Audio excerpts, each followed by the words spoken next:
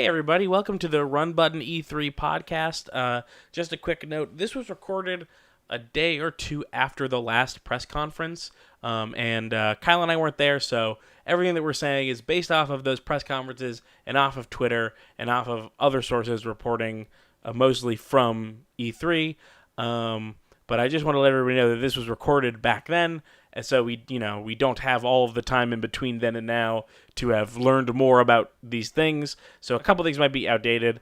Anyway, that's it. Bye. 3, 2, 1. Nice. Okay. I didn't hear yours. It was probably because it was at the exact same time as yours. You Perfect. promised that you clapped? I promise I clapped. All right. I'm not gonna... This is the last time, Keith. I'm not gonna play this fucking game with you. Where we get to the end of the podcast. The last time. We get to the end of the podcast and I find out that you didn't actually clip. You're stepping on my bit. Shut up. Clap. And the reason it's the last time is because it's E3 2019, the last E3. Welcome, welcome everybody to the last podcast on E3 we'll ever do. There's no way they're doing another one.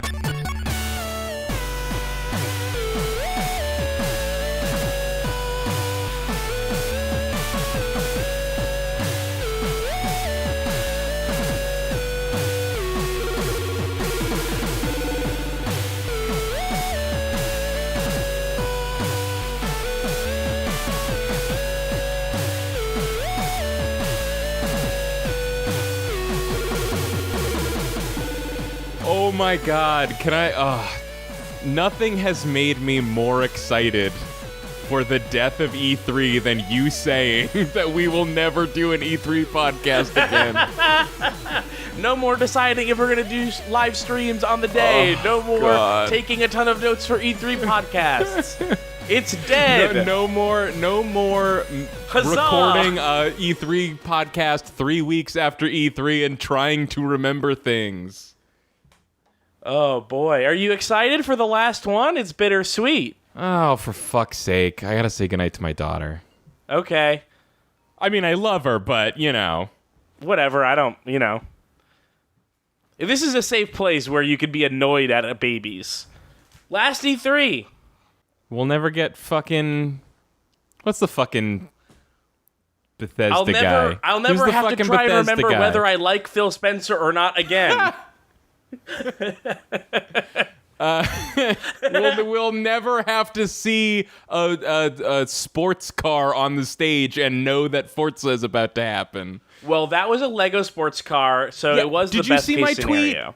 No. They did hey, there's a sports car on stage like there is every year, and I tweeted in all caps like, oh my god, racing cars are actually real. And then I realized it was Lego, and I was like, oh, fuck off, guys. It's the one time it wasn't actually a real car.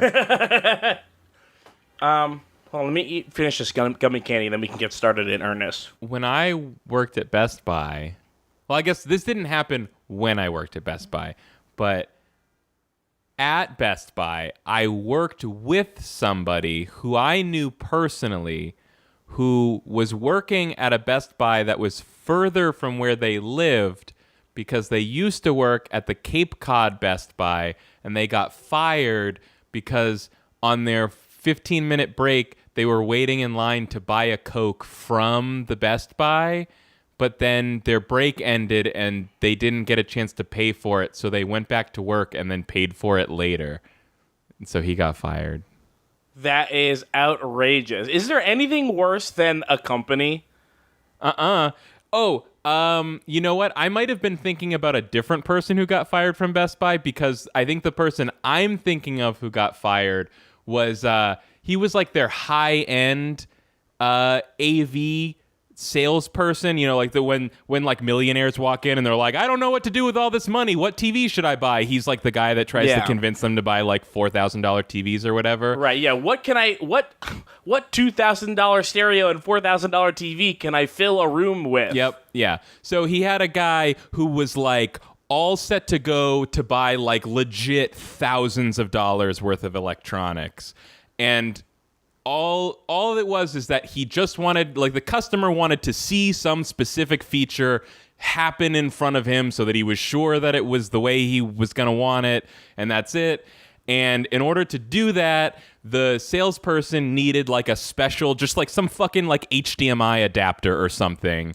And they didn't have any open for him to use, and they had one on the shelf, and he was like, can I please open this one off the shelf so that this guy will buy $10,000 worth of electronics? And the manager was like, no. And then the guy did it anyways and got fired. For Wow, Best Buy seems like it's awful. Best Buy's fucking awful. But Best Buy is terrible. I would do that for someone buying $100 worth of stuff. Yeah. Like, I would also do it for someone that wanted to see something, like, if they were going to buy something that costs less than the thing that I opened, I would do yeah, for real.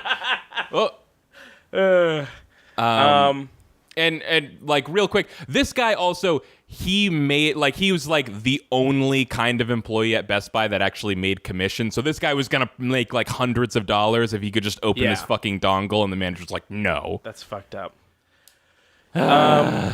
Okay, E3, Kyle. God, aren't we so glad that E3's dead so we won't ever have to complain about Best Buy ever again? I'm sure that we'll find another time to do that. Well, I don't see how that would happen, but that's fine. What are you going to miss most?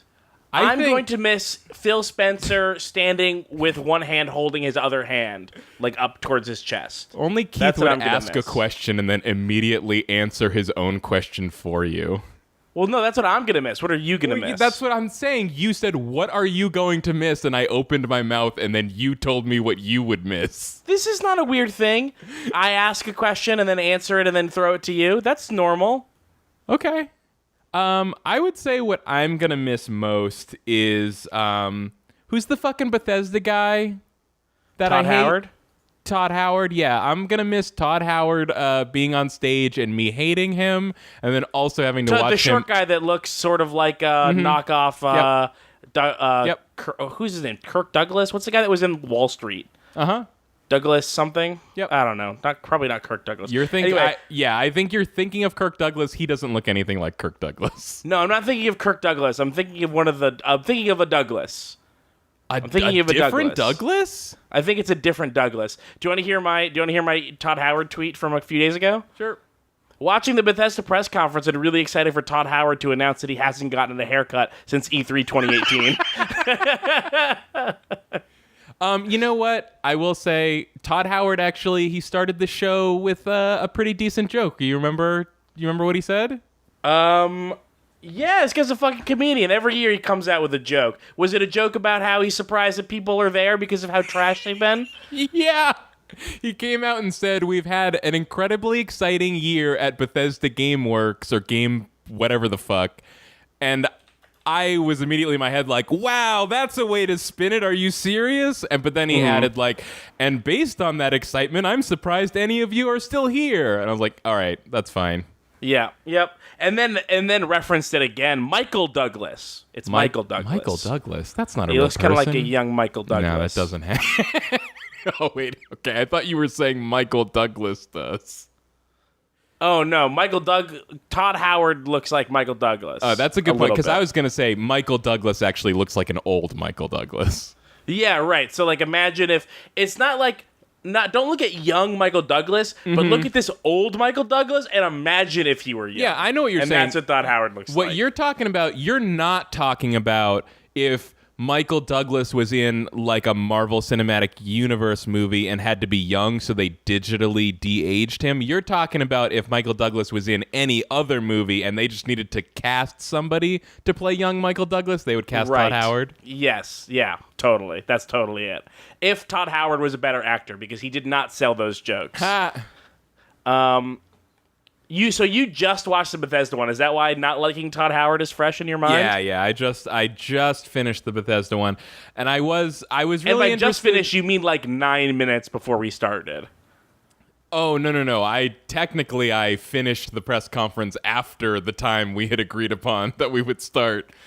Oh yeah. After the time we agreed upon, but 9 minutes before we actually started. Yes. I was interested to see what they would do with the show because... nothing, turns out. I don't know about that. I have some Bethesda notes. I took a lot of notes because I knew that you weren't going to be watching everything. Oh. So I took all these notes. Okay. And one of the notes that I have from about halfway through the Bethesda press conference was nothing to say about Bethesda. What? Yeah, it was. So I have the note about Xbox and Halo, and then my next note is nothing to say about Bethesda, and then my next note is about Deathloop, which was also Bethesda, but it was like 2/3 of the way through. It was the first Bethesda thing that I thought was interesting enough to take a note about.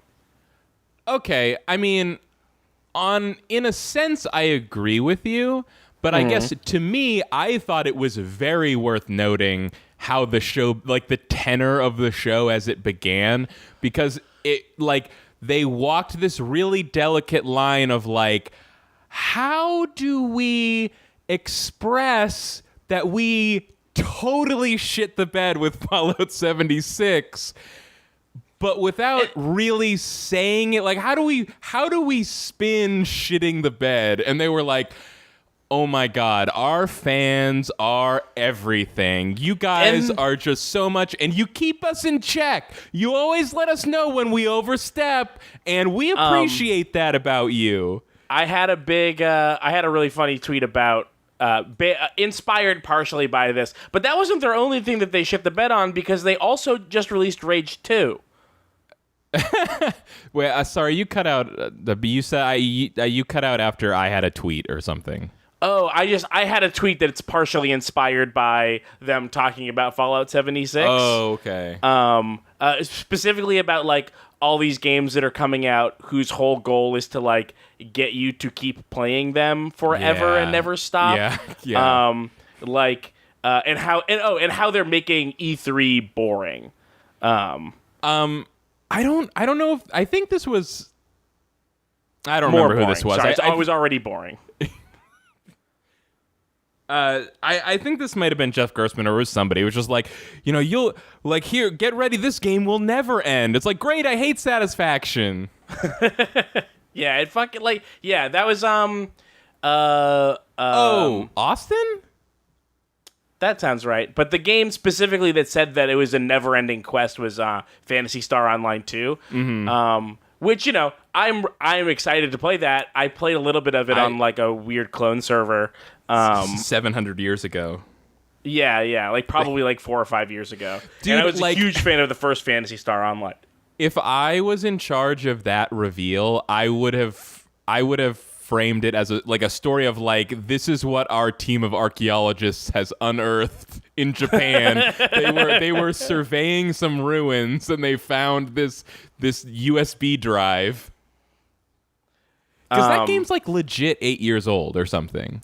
It's pretty old. I don't think it's that old. I think it's, like, 5 years old. Okay. But it's coming to, like, your Xbox now or something. Harnessing the power of the Xbox One X.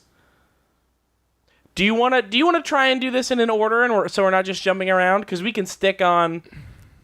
We could do this any way that you want. You're the one that didn't watch everything. I mean, I think the only thing I didn't watch in terms of press conferences was Ubisoft. Just because I only had time to watch one, and I'm like, well, Bethesda got that Doom, so I watched that. So I did. Did you watch the Watch Dogs 3 stuff? No. Okay. I don't watch the Watch Dogs. You asked me what you should watch, and that was one of the only things that I said specifically to watch. I have no recollection of asking you this or you telling me this. Really? Really? You said, also, the only E3 thing I've seen is Microsoft's press conference. You could tell me what else I should watch. And I said, you should watch Square because you'll understand it, and I don't. And I did. You should watch the Watch Dogs 3 stuff from Ubisoft. The only thing I haven't seen yet is Nintendo. I remembered you saying the thing about Square, but I didn't remember the Watch Dogs 3 thing. Well, you'll be able to explain Square to me. Great. And I guess we could go. I didn't take any notes on it yet, but I did. Was there anything about the EA Play stuff that you wanted to talk about? I don't know what you're talking about. EA Play. I don't know anything about that because they didn't say this is a press conference and then stand on a stage, and so I didn't watch it. But even if they did say that, I still might not have watched it because fuck EA's press conferences. It was, you know, it wasn't the worst thing they've ever done. It was relatively short, I'm pretty sure. And like it was mostly low key, and they didn't really. Oh, it started with my biggest disappointment of the con, actually, which was that Greg Miller got up on stage and talked. Ugh. Yeah, that guy's my Greg Miller, as I like to call him, Colin Moriarty's friend. Are they still friends? Yeah, I'm sure they're still friends. Are you sure? I'm positive. You're positive. I would cut off my pinky if they were. If they had a fucking falling out over what Colin Moriarty is like, then they wouldn't have been friends in the first place. I don't have notes from EA Play because I didn't think to take notes yet, but I do have tweets. So yeah, so I said Greg Miller is like Richard Karn's shitty gamer son. I don't remember who that is. Richard Karn is Tim Allen's friend from Home Improvement that hosted Family Feud. Oh, you should have said Al Borland, and I would have known exactly who you were talking to. Shitty gamer son, sure. Catching up on can't believe they let Colin Moriarty's friend on this stage to scroll through a Twitch chat just to say someone thought Star Wars looked cool. That's something he did. He bragged about how it wouldn't be. He said it wouldn't be Greg Miller's show if I didn't read the Twitch chat, and then he scrolled through it and said like, Banana84 said it looks cool. Cool.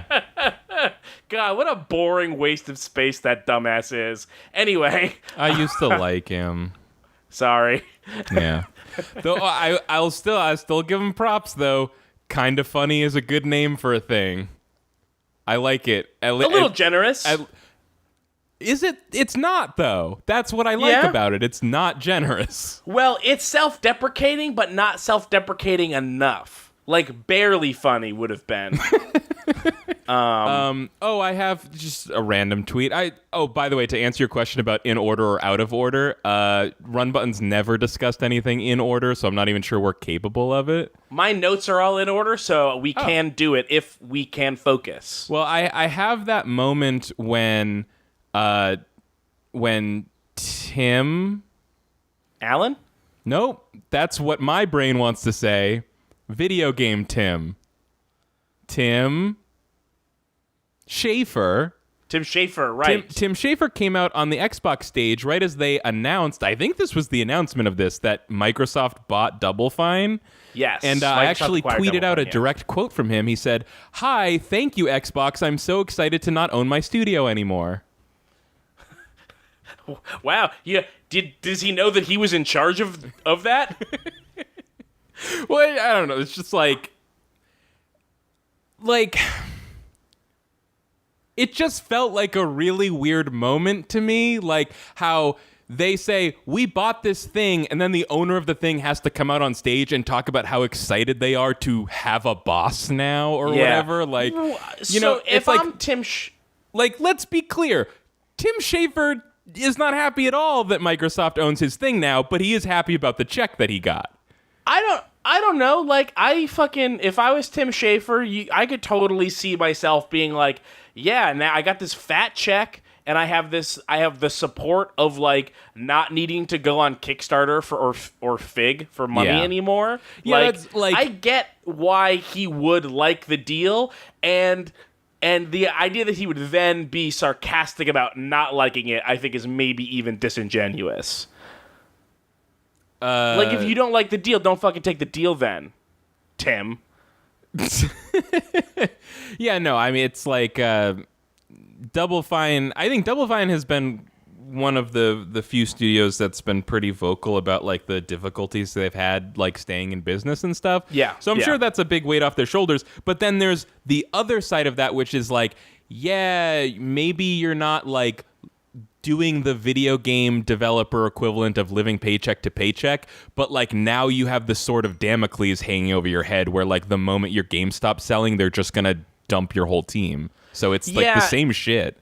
And so I guess my point is, to back up, is like, I bet there's a lot of people that are a lot less happy about this than Tim Schafer that work at Double Fine. Yeah, totally. That's the, like for him to be the one that's like, isn't it cool that now I've got a boss? Great having a boss. It's like, okay, well, you're a bunch of people's bosses, and I bet they feel even worse about having a boss to their boss. Like, that isn't Tim Schafer. Okay. Like, you know, Double Fine's not unionized, but I bet that, just in case, you know, just in case anyone listening had trouble following Just in that, case what? Tim Schafer didn't say any of this. That's me being Tim Schafer saying that. You're cutting out like crazy. You said that Tim Schafer tweeted?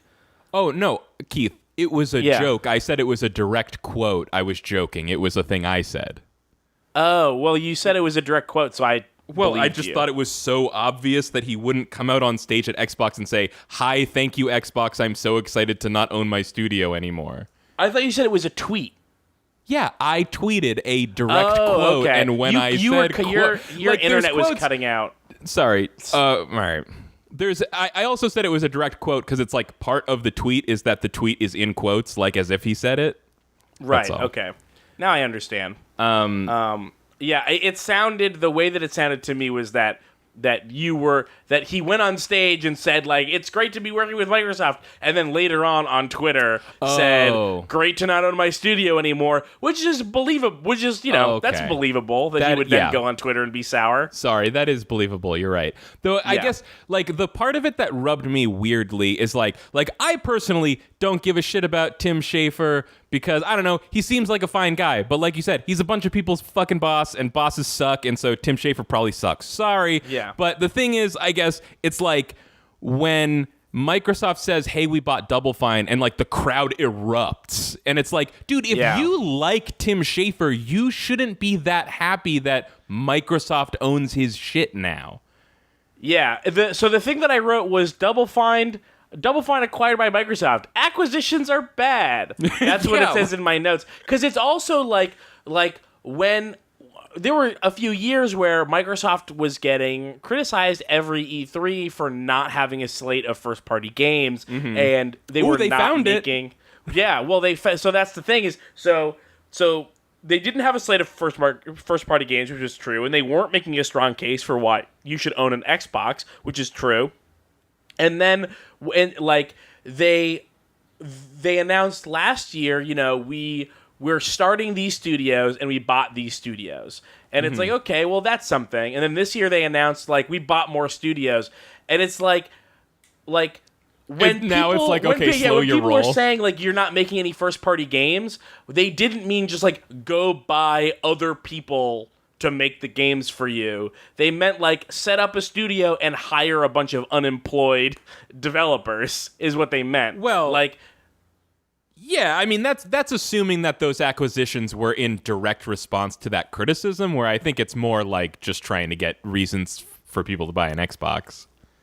No, well, I mean, the reason people were criticizing them is because it was like, there's no reason to buy an Xbox over a PlayStation because there's no first-party games. There's barely any Xbox exclusives, which, like, whether they're taking it from the criticism or from the Xbox One's poor sales, they still did something about it. And either way, what they're doing is buying people who already work in the industry and the games that they're working on instead of starting a studio and hiring people to make a game. So, like, especially where there's a bunch of, like, studios that are laying off developers. I feel like we hear about it every fucking month now that, like, a studio fired a bunch of people to then go and say, hey, look, we're making first-party games by buying out a bunch of people who were already employed is, like, that's stupid and shitty. Yeah. Well, I mean, but also, like, a lot of times when developers get purchased, it's because they were for sale because they were about to go out of business.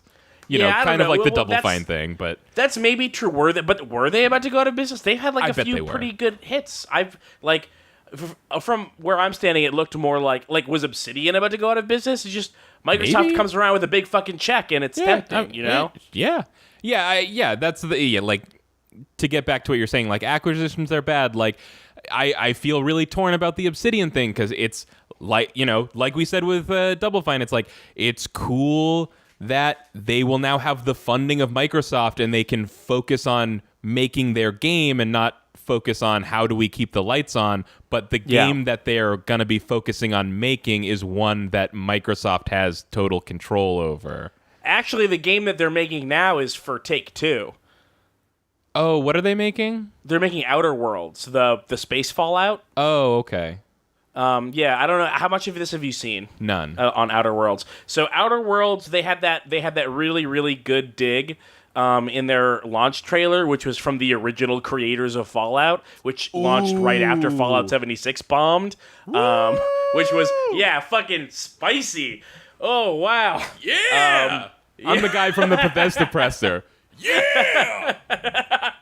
So they're making that they already have a deal with Take-Two for. So Microsoft is bought them, is allowing them to finish work on that game, and then is putting it on Games Pass, which is great.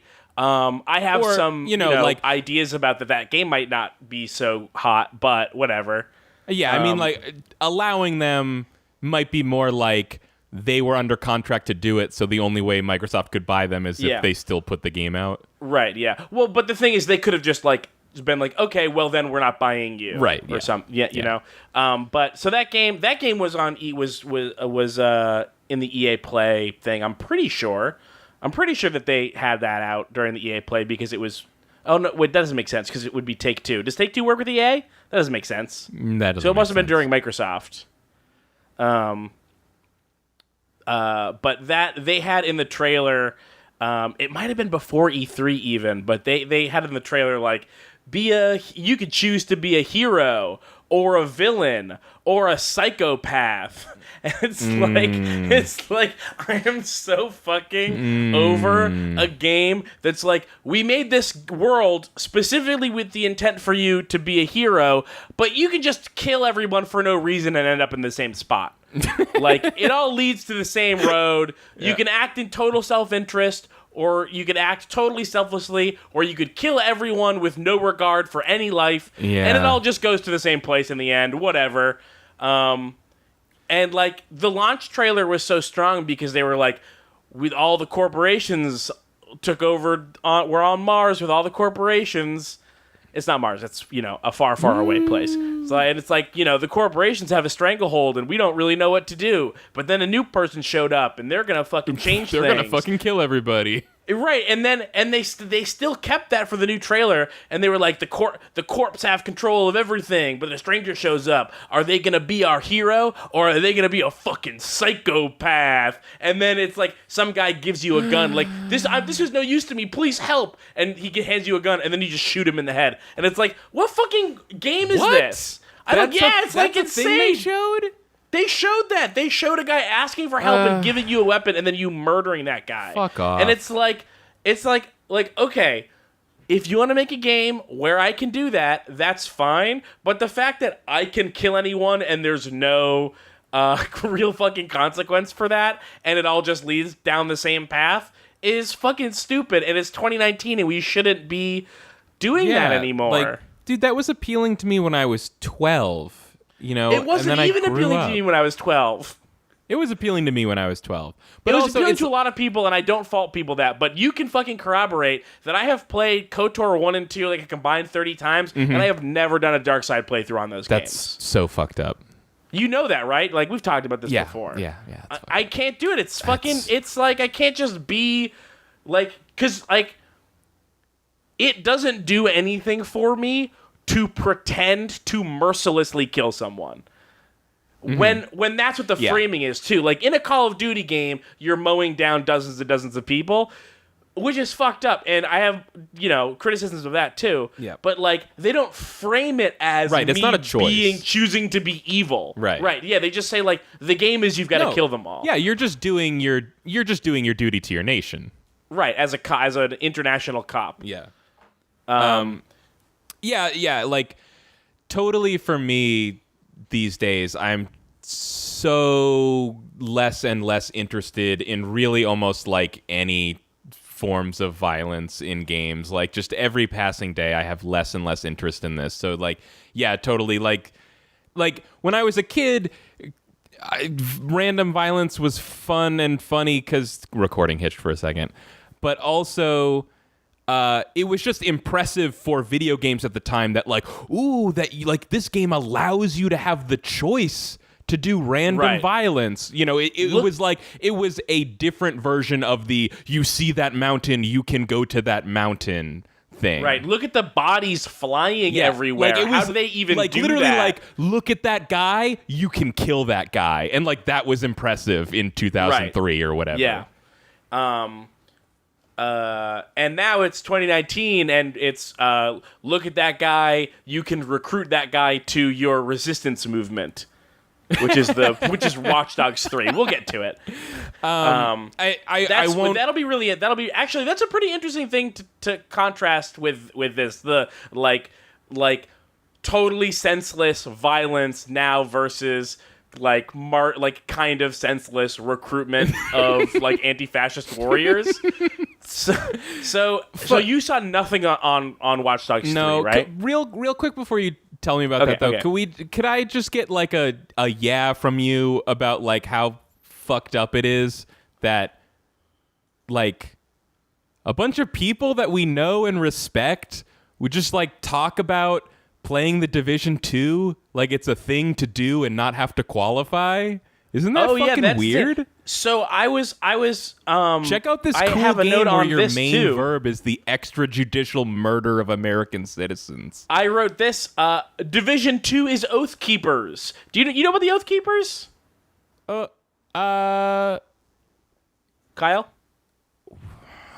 Hi. Oh, did I lose Kyle? I think I lost Kyle. Understand what the fuck is happening. Yo, can you hear me? I can hear you now. Yeah, I'm here. Can you hear me? Okay, Kyle's going to restart his router. I have a note here that says the Division 2 is Oath Keepers. You know about the Oath Keepers? I have heard about it at some point, and I don't remember what the fuck it is. So I tweeted that like isn't Oath Keepers like, if the government falls, we will rise to restore the glory of the American Republic? Yeah, they're a far-right militant extremist group. They are loosely affiliated with another extremist group called the 3%ers, which is a right-wing extremist group that says all you need is 3% of the American population to rise up and we can overthrow the government. Wow, okay. So the Oath Keepers are anti-government by way of thinking that we are so far removed from the Constitution that the country is going to collapse and then they'll be around to like maintain order. They're basically like ex-military and ex-cops and probably a lot of present cops and military who are like volunteering to be fascists for when the government goes away.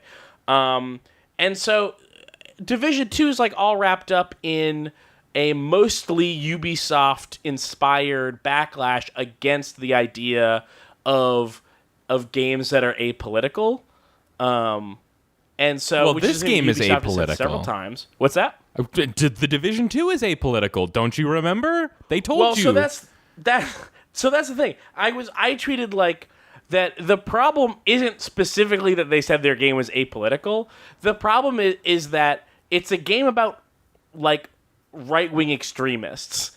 Yeah. Like that's the real problem. Because if it was a game about counting sheep, then they went and said that it was political, it wouldn't be a huge fucking deal. But instead, they said their game wasn't political, but it's actually about literal, like, an existing right-wing extremist fantasy, which is the government ending and going around and getting to maintain order. Yeah. Well, even if like, regardless of the fact that there are people in real life that think this is a great idea, I mean, it's still political because it's about politics.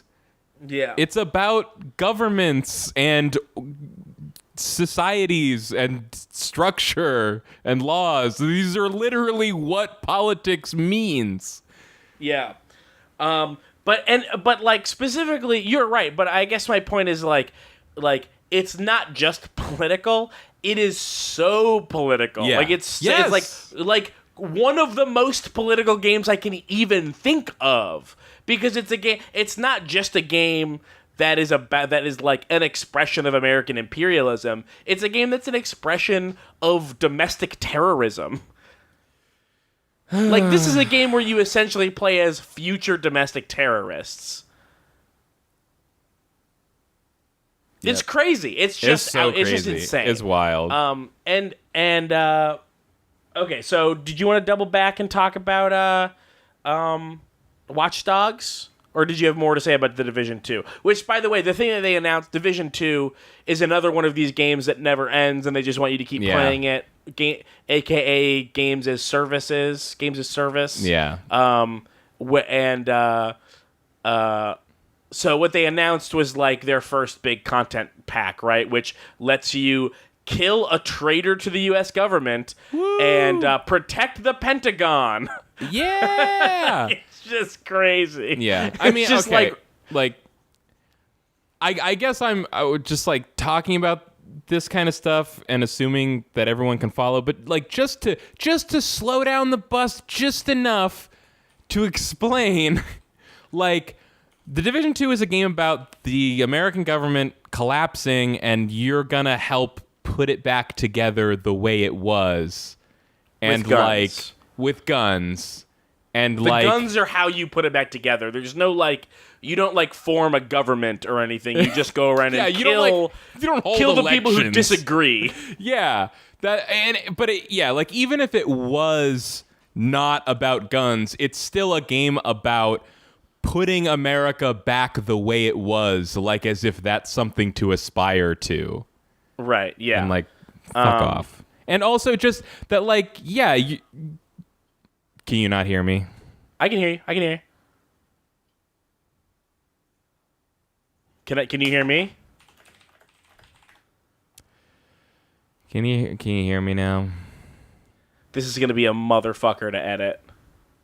Hi, can you hear me? Yeah, real quick. Kyle, is your new room further away from the router? I was just about to say, it is actually not, but I'm getting the distinct impression that however the house is shaped, this room is, like, worse for Wi-Fi. I might have to, like, I'm gonna have to figure some solution out. Maybe you can get a bridge, or maybe or an extender, something like that. Or that. maybe if you just, like, fiddled with where the router is, like, put it on a table. Like, sometimes all you need is a table. Wi-Fi is bad. Wi-Fi is bad. Yeah. So, sorry, you were talking about The Division 2. It's a game about putting the U.S. government back together as it was. Yeah, as it was. And, like, if I have to explain to you why some people might not see that as an awesome thing, then I guess there's no hope for you at this point. And I think there's... Watch Dogs 3 thinks there's hope. Oh, okay. Well, yeah, last thing about The Division. Like, this, I guess I don't know this specifically about The Division 2, but I know it was a thing in The Division 1 where, like, some of the basic enemies were just, like, looters. And so, totally, the idea is, like, you are a person with a gun. You're not military. You're just some fucking asshole who has a gun, and the government decided you're good enough at being an American that you're allowed to just go and, like, shoot people if you see them looting. Like, if you see someone take something and you decided that they shouldn't have it, the government says it's okay for you to mow them down on the streets of Manhattan. And this I want to go back to Outer Worlds for a second, which I criticized for like the obscenity of giving you that choice. The division, at least the Division 1, again, I don't know for sure about the Division 2 if there's looters or whatever, but you're still mowing people down. Like, the Division 1 and 2 are a game where they're not giving you the choice. The game is about that. Yeah. It's like, it takes the disgusting choice that Outer Worlds and games like it offers you and says, let's make a game where that's the only option. It's fucking crazy. And a lot of games are like that. Doom is like that, but at least they're demons from hell. Please be excited for my Fallout New Vegas mod where you can only join fucking Kaisar's Legion or whatever the hell those people are called. So here's my tweet. This is my tweet about these types of games. Games as Service made E3 more boring. Every press conference is like, what an amazing year one journey with Crimson Regalia. We've sure had a lot of good times storming the Triazolar, applause break. Or defending it, applause break. But we've heard your feedback, applause break. For the first time ever, we're delivering to you a brand new gaming experience with our second expansion, Crimson Regalia Corellio's Demise, where this time you and up to 2 friends, applause break, will bring the fight directly to Staphos and the discordant rendition, applause break. That's how E3 sounds like now. It's just like a bunch of really specific shit about a game I haven't played and don't want to play. And it's so bizarre because E3 used to be about everyone knowing nothing about a game and learning about it together, and now it's 40% that and 60% deep dives into a thing that other people have been playing for a full year or more. And then, but the reason this sucks so bad, besides that it's boring, is that people who have been playing Crimson Regalia for a year and are excited for Corello's Demise, that's probably the only one of these that they're playing. Right. They're probably not playing the other 6. Yeah. And could I just say, we are going to keep finishing talking about E3, but from now on, this is a Staphos Stan podcast. Well, we had no choice. Yeah, well, I mean, his dark Imperium wills it. So, yeah, video games are stupid. Wait, that might be the perfect time for my tweet. Could I read you a tweet? Yeah. Let's see here. This was when I was watching the Xbox, and I said, "Yo, I will still totally fucking play a game where I get to be a deer with a baby deer." Oh yeah, what game was that? That looked good. I don't remember, but you're a deer and you got a smaller deer that follows you around. Yeah, I don't remember. And you get to headbutt vending machines to make fruit of grapes drop out or whatever. So, okay. Let me delete Division 2 is Oathkeepers from my notes. And Games as Service makes E3 boring. I can delete that too. Right above that on my notes happens to be Watch Dogs 3, the game where instead of giving you the choice to kill anyone you want, it gives you the choice to kill no one if you want, but gives you the choice to recruit anyone, including maybe the cops, into your anti-cop resistance movement. Oh, good. Well, you need to have allies. We're never going to beat the cops unless we get some cops. The only person who can stop a bad guy with a gun. The only person that can stop a cop is another cop. Is that the? Well, it's like matter and dark matter. When they touch, they just kind of cancel each other out. I can't believe you didn't watch the E3 Watch Dogs 3. You don't even know about Granny Hacker. Fucking super don't know about Granny Hacker. Okay, let me explain. Wait, is that Billy Hatcher's grandma? Hacker. It's Billy Hacker's grandma. Oh. That's the Cyberpunk Billy Hatcher. Dude. So no, yeah? Stop it. We got to pitch Sega right now. Yeah, we might already be too late. Okay, so Watch Dogs 3. You're this guy, right? We're gonna play by play the trailer as far as I can remember it. You're this guy, right? I don't know, let's call him Doug. And Doug gets a call. Doug gets a call from his AI boss, and his AI boss says, "Hey, you're in London, and you're in DedSec." Dude. And then he goes, "Yeah, I know I'm in London, and London is shit now. It's not the greatest city in the world like how it used to be, and how London we used has fallen? London, yeah, London's fallen. The tower they showed it was actually fine." And then the AI is like, "We need some help with these drones. All the bad companies have these bad drones. And so he goes, I will find a drone expert. And you know how in the Watch Dogs games you can like read everybody's personal information from your phone? Nope. In Watch Dogs, you can look at someone and it'll be like, oh yeah, this is Sharon, she's 28, she works at a bank, and she has a cold. I do remember that from 6 years ago as like the one thing people thought was kind of neat about Watch Dogs 1. Right. So you can still do that, and this time it gives you also their stats. And why does Strangers have stats? Is because you can do a proc gen mission to make them part of your gang. Cool. And the guy that you decide to make part of your gang, he picks a fight with a cop, and you say, I'm going to intervene so that this guy can get away. This drone's expert can get away. You get chased by cops, lots of guns.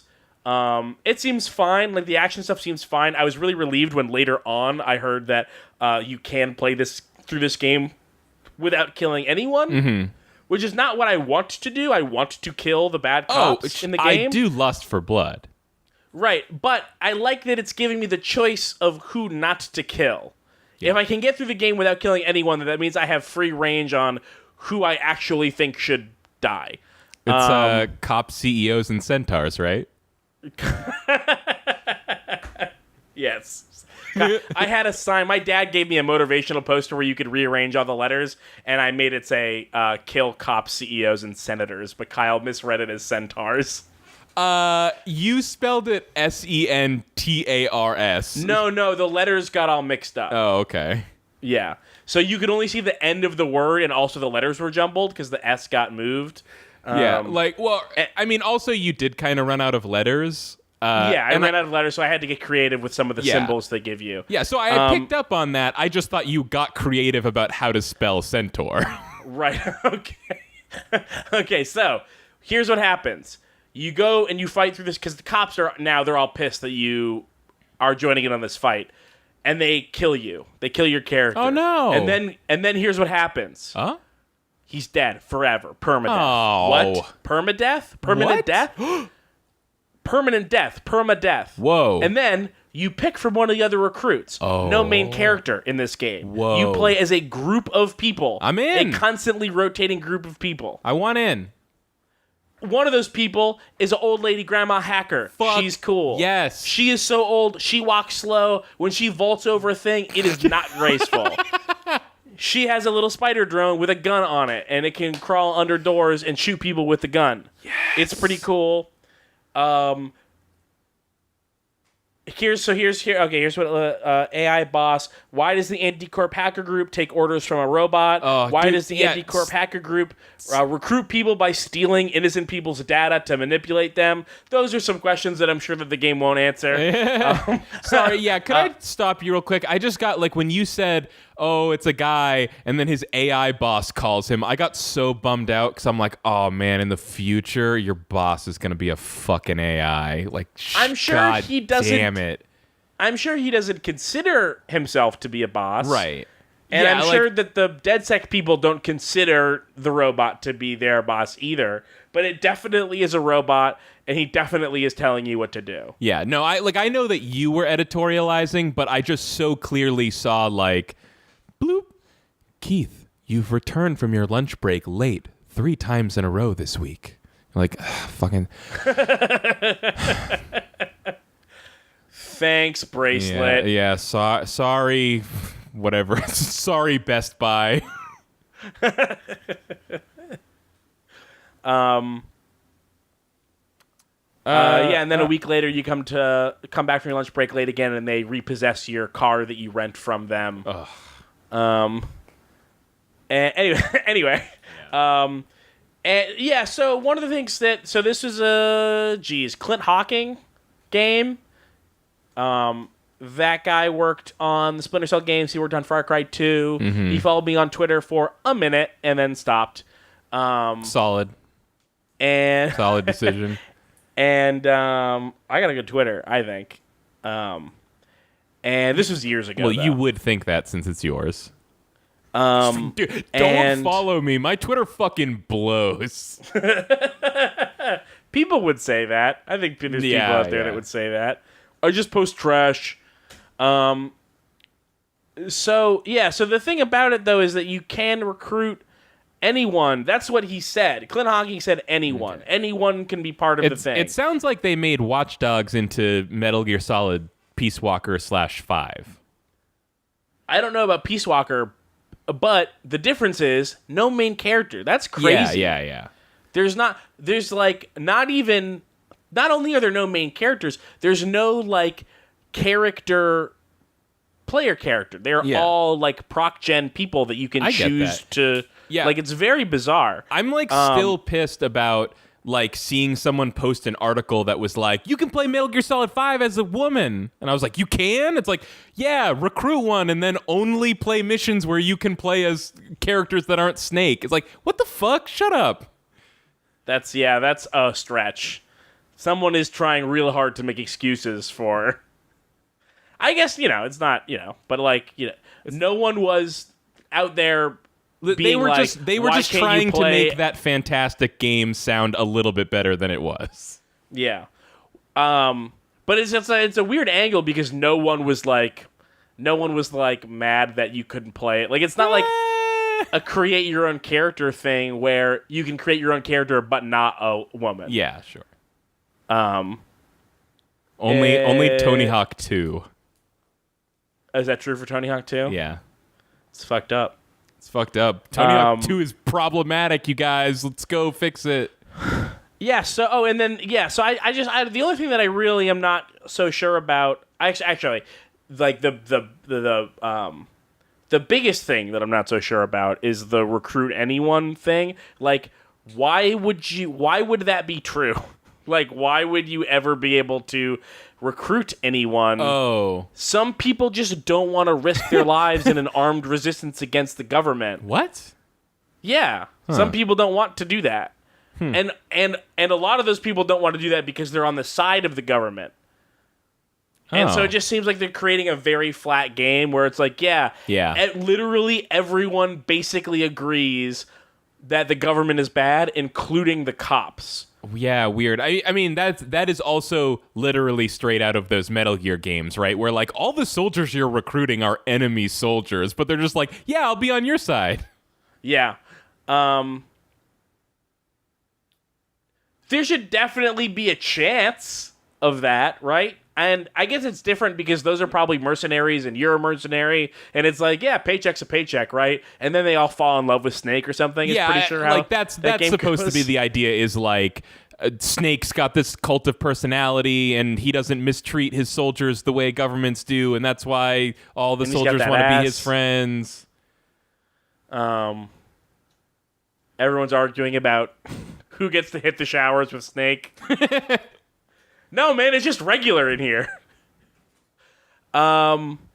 Wait, what? There was some weird flirty stuff, I remember. I'm like 90% sure that I'm not misremembering that. Like, between Snake and the recruits on the boat. Oh, on okay. I don't know if there was any flirty stuff, but they definitely all love him so much. Like, you just walk by and they're like, boss, what's up, boss? I'm saluting you, boss. You got cool sneaks, boss. Now that's a boss we can get behind. Am I right? Yeah, behind, literally. Yeah. So speaking that's of our E3 podcast. So speaking of a weird bad futures, here's a company I don't know a lot of, Devolver. Do they suck? Devolver, I mean, I watched their thing for the first time this year, and I think that they fucking suck. Oh, I've never seen their thing. I've only played games they publish. They publish a frankly mind-bogglingly wide array of games of different genres and perspective. Yeah. But also some of those things kind of suck. So they had this fucking press conference, and it was like a goofy, it was goofy, right? It's like we're like the little guys, we're doing the thing. Yeah, isn't it funny? Yeah, that's isn't it funny that we act like we're not, like they're also acting like they're like hot shit, which is like that's part of the joke. But the thing that they did was they did this play about how I don't know. Their CEO is in a coma. She seemed likable, kind of. And so how do they do their E3 show without their CEO because she's in a coma? And the answer was, let's go inside her head, and she can present it inside her head. And that's what they did.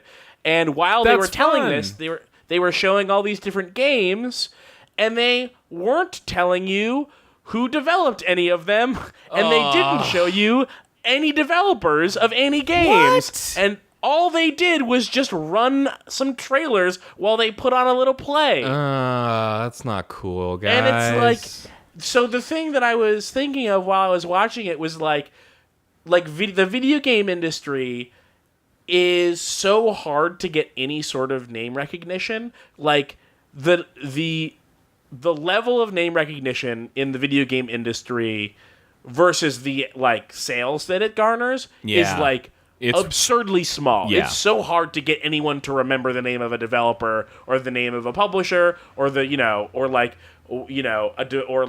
what games someone else put out. Like, it's so rare that someone goes, and that's why it's so why places like BioWare are so huge, is because quote unquote regular people kind of know what BioWare is. Yeah. And they make medical software. Right. And so Devolver is doing this play. Oh, they also were the part of the their little play that they put on was that they were evil. They're making shady deals to make money. And it's they're making all these jokes about exploiting the people whose games they're publishing while literally exploiting them, trading airtime to bolster their own name recognition. It was the Devolver show. Yeah. And they don't do shit besides market and publish games. Yeah, they didn't make anything. And I do get the perspective of the fact of the idea we're so small, we need to start with people even knowing what the fuck Devolver is, but that's not a good reason to I guess snub your devs. Yeah, but do people need to know what Devolver is? No. The thing that's more important Nobody needs to know any of this shit. Right. Well, but I mean if you're interested in video games, Devolver isn't the name you need to know. It's the name of the person who actually made the game you like. Yeah. Because you said, Devolver puts out a really wide array of stuff. So you can't just be I like games that Devolver publishes. Yeah. Though they do if I remember correctly, they have a pretty good track record. So there is kind of that thing of I don't know anything about this game, but if it's from Devolver, it might be pretty good. Let's check it out. There was some stuff in there that I saw that I liked. I didn't take any notes on it because I was all I was thinking about was the Does Devolver Suck note that I wrote. There was Gun Train or something. I don't know. It was a weird side-scrolly parkour shooter. Oh. That looked fun. Sorry, can I just interject with a random tweet that's dunking on Bethesda? Sure. This is from The Onion, and I love when The Onion does video game tweets. Because I'm or articles, I mean. It's they get it. It's a picture of Todd Howard, and it says, Bethesda E3 presentation reveals they worked really hard on Fallout 76, so maybe everyone should stop being mean, give it another shot. Free weekend or something. Yeah, free week. Though they did. Oh, okay. Yeah. Do you want to talk about Fallout 76? Is that or? Yeah, sure. So they definitely started the show off with apologizing for Fallout 76, which I guess you have to. It's and they so. Basically, they have their intro video where it's here's a bunch of people that work at Bethesda and how, they were fans first, and oh my gosh, we're just you, so please don't... Developers are gamers too! Oh god, don't burn us, please, we're just like you, really! And then they had Todd Howard come out and do his little shtick about hey, we really fucked up this year, huh? And then they say Fallout 76, and their crowd of... fucking sycophants. Their crowd of sycophants erupts into cheers, and I'm wow, I mean, I know that they stock these things with sycophants, but that's a really loud cheer. But then I heard you could hear there were definitely audible boos in there as well. Oh, really? Yeah. Well, it did. I fucking... I didn't hear the boos. I'm sure they were there. But what I did notice throughout the Bethesda show was they did the best job of anyone of filling that place with people that are loudly cheering. Yeah. Though it was in some spots definitely a close race between Square Enix and Bethesda, but Bethesda... Oh, yeah, Square... Well, the Square thing I didn't notice because when people lost their whole fucking minds after the Final Fantasy VII and Final Fantasy VIII stuff, I was like, well, that makes sense. These people have been... at least the people cheering were for born, and on their first day of life, they were excited for a Fallout or a Final Fantasy VII remake. Well, wait, what? I was just being hyperbolic. Oh, I was gonna say, like, at least when people cheer for a Final Fantasy VII remake, they're cheering for a thing that you can probably assume that they are having childhood nostalgia about. It's like they were growing up and made a big impression on them. But when you hear like adults going nuts about like Fallout 76 and Fallout 4, it's like, who the fuck are you? Grow up. Like, Fallout serious? 4 was not even good. That was not a good. No, that was not a good or fun game to play. No, it was not. It was one of those games where I liked it up until the like I wasn't like really positive about it, but I was having a pretty good time up until like the last 3 or 4 hours before I quit. Mm-hmm. And in those last 3 or 4 hours, like it all came together at once of like, I fucking hate this. Which happens. Yeah. I did though right here, because I've never played Fallout or Final Fantasy VII. I don't know jack shit about Final Fantasy VII. Here's what I know about Final Fantasy VII. Okay. I know Cloud, and I know what his sword looks like. Boom, you got it. That's what I know. That's all of it. And so it says, Final Fantasy VII surprisingly interested me. Oh. I saw that, and I was like, this is kind of cool. I like that they've got... It looked like to me they had like a real-time combat thing, but then also like a turn-based thing. A little turny. That was... like modeled after real time. It looked like real time combat except for when it was paused, and I thought that looked kind of cool. When they were showing it at first, I thought it looked pretty cool. I was like, yeah, you can pause the action and then queue up some special moves, so it's not entirely an action game. That's cool. I still would have just really preferred if they had just kept the battle system the same. Like, at this point, it's been so long since turn-based RPGs were a thing that, like, aren't they kind of back? Like, everyone was into Octopath Traveler or whatever. I did not. I heard that people did not really like that game. Oh, I heard a lot of people that liked it, but okay. Oh, really? But whatever. Different people like different things. It's fine, but, like, when they started showing, like, the real gameplay demo of the boss fight, it's like... these guys are standing in place and not doing a lot for a while, and that boss's health bar is really ticking down slowly, and like they keep fast forwarding through this boss fight so that it doesn't take so long. It's like, this looks kind of fucking boring. And then, well, can't you do it in a like? I thought that the strategic combat thing. I thought that basically was like a turn-based thing that just looked like it wasn't. I thought it was like the full combat. It was like when you pause in Mass Effect, when you like, oh, I'm gonna warp that guy, and then you do it, and then let go, and it happens. Oh, okay, yeah, okay. It looked like it looked sort of like I guess it sort of looked like Chrono Trigger. Really, what it looked like. Oh. Like it's like the full turn-based thing, but everyone's kind of moving a little bit. That's what I thought that it was like. No, it's like I think Mass Effect is basically the perfect analogy from what I saw. Okay. And then the other thing that I learned after I wrote that it interested me was that it's not the full game. Okay, where did you hear that? I heard that from Waypoint. Okay.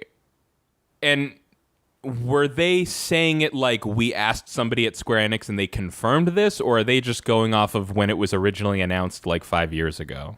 Okay, so I also saw a tweet somewhere, I can't remember where, different from what I heard on the Waypoint podcast, where someone asked whatever fucking guy it was that made makes this game.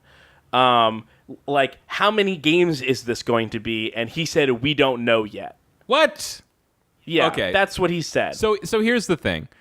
Like I said, 4 or 5 years ago when they announced this thing, maybe it wasn't even that long. I don't know. What is time anyways?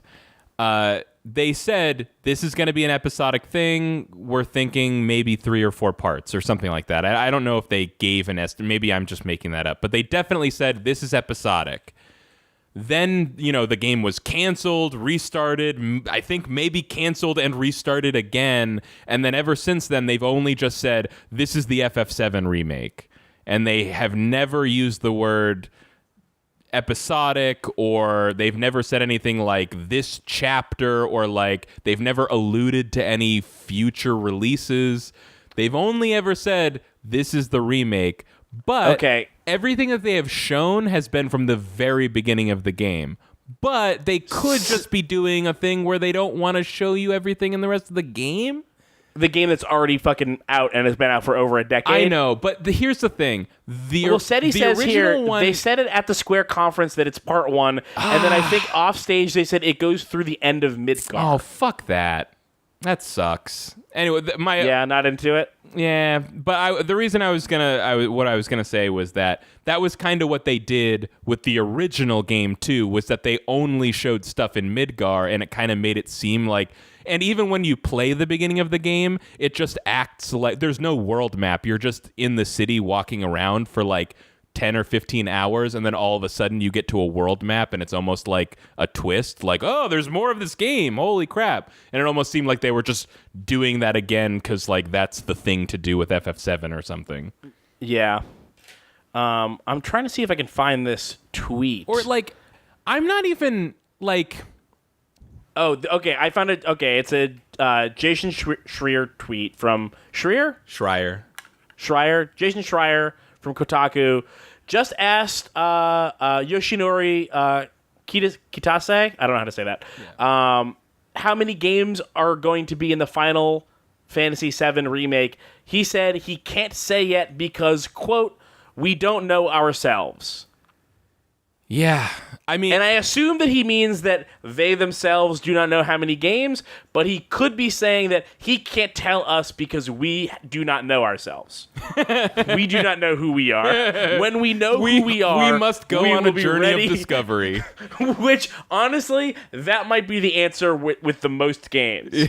He's like, you're like literally physically not ready to hear this yet, but 12. We're splitting it into 12 games.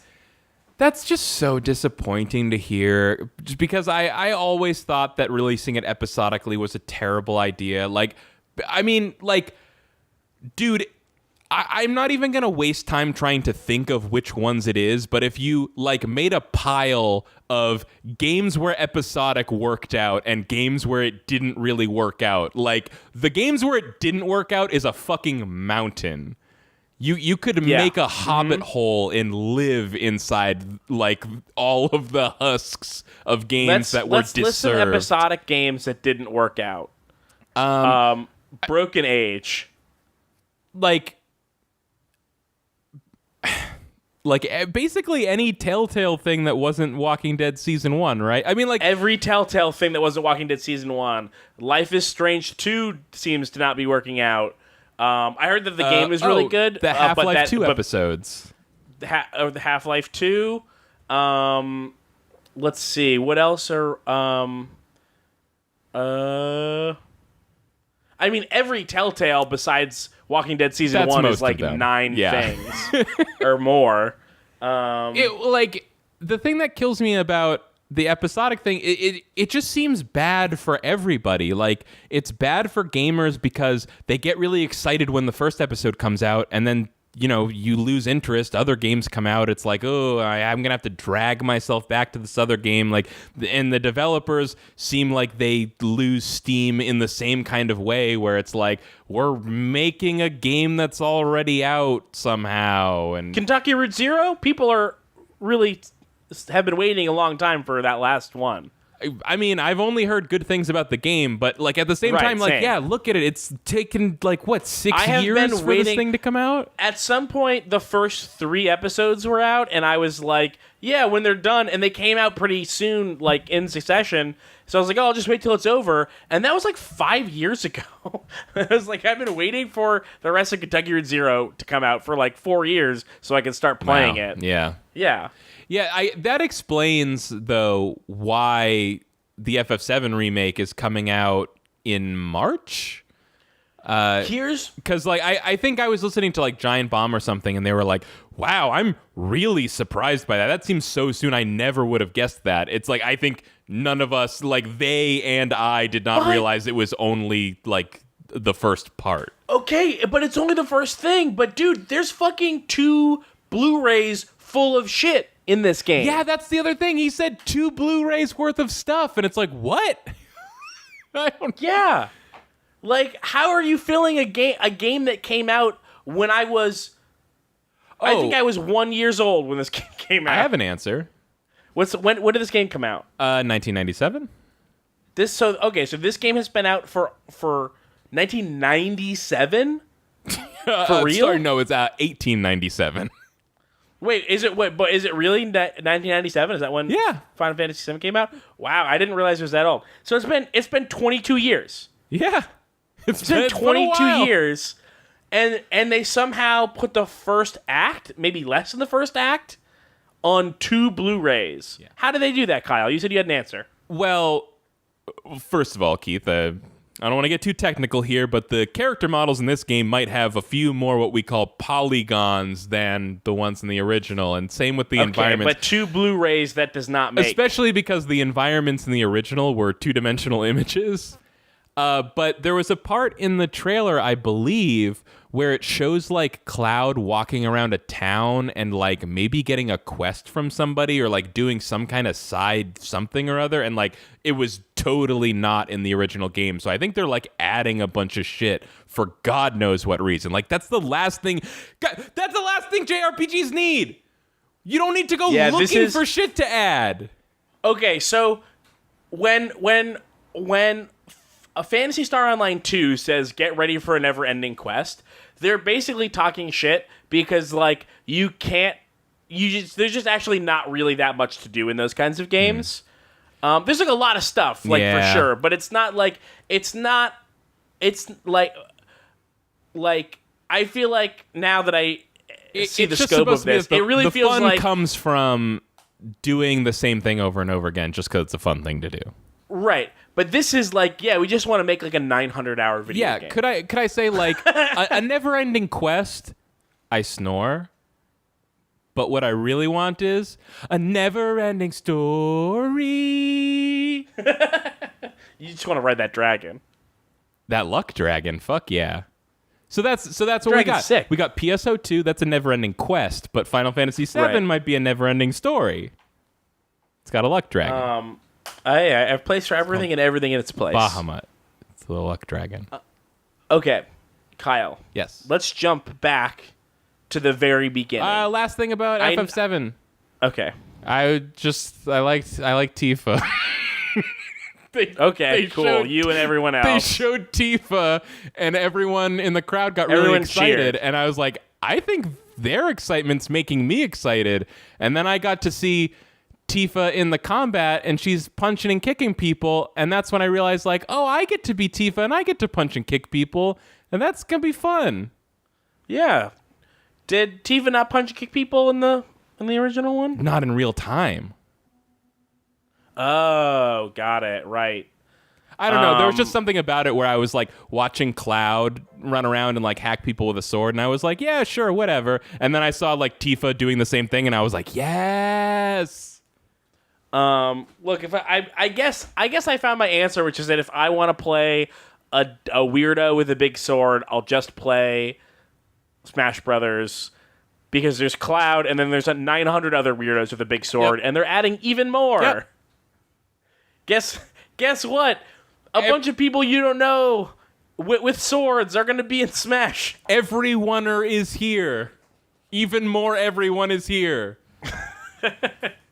Oh, and Banjo and Kazooie. Did you see the little reveal thing for that?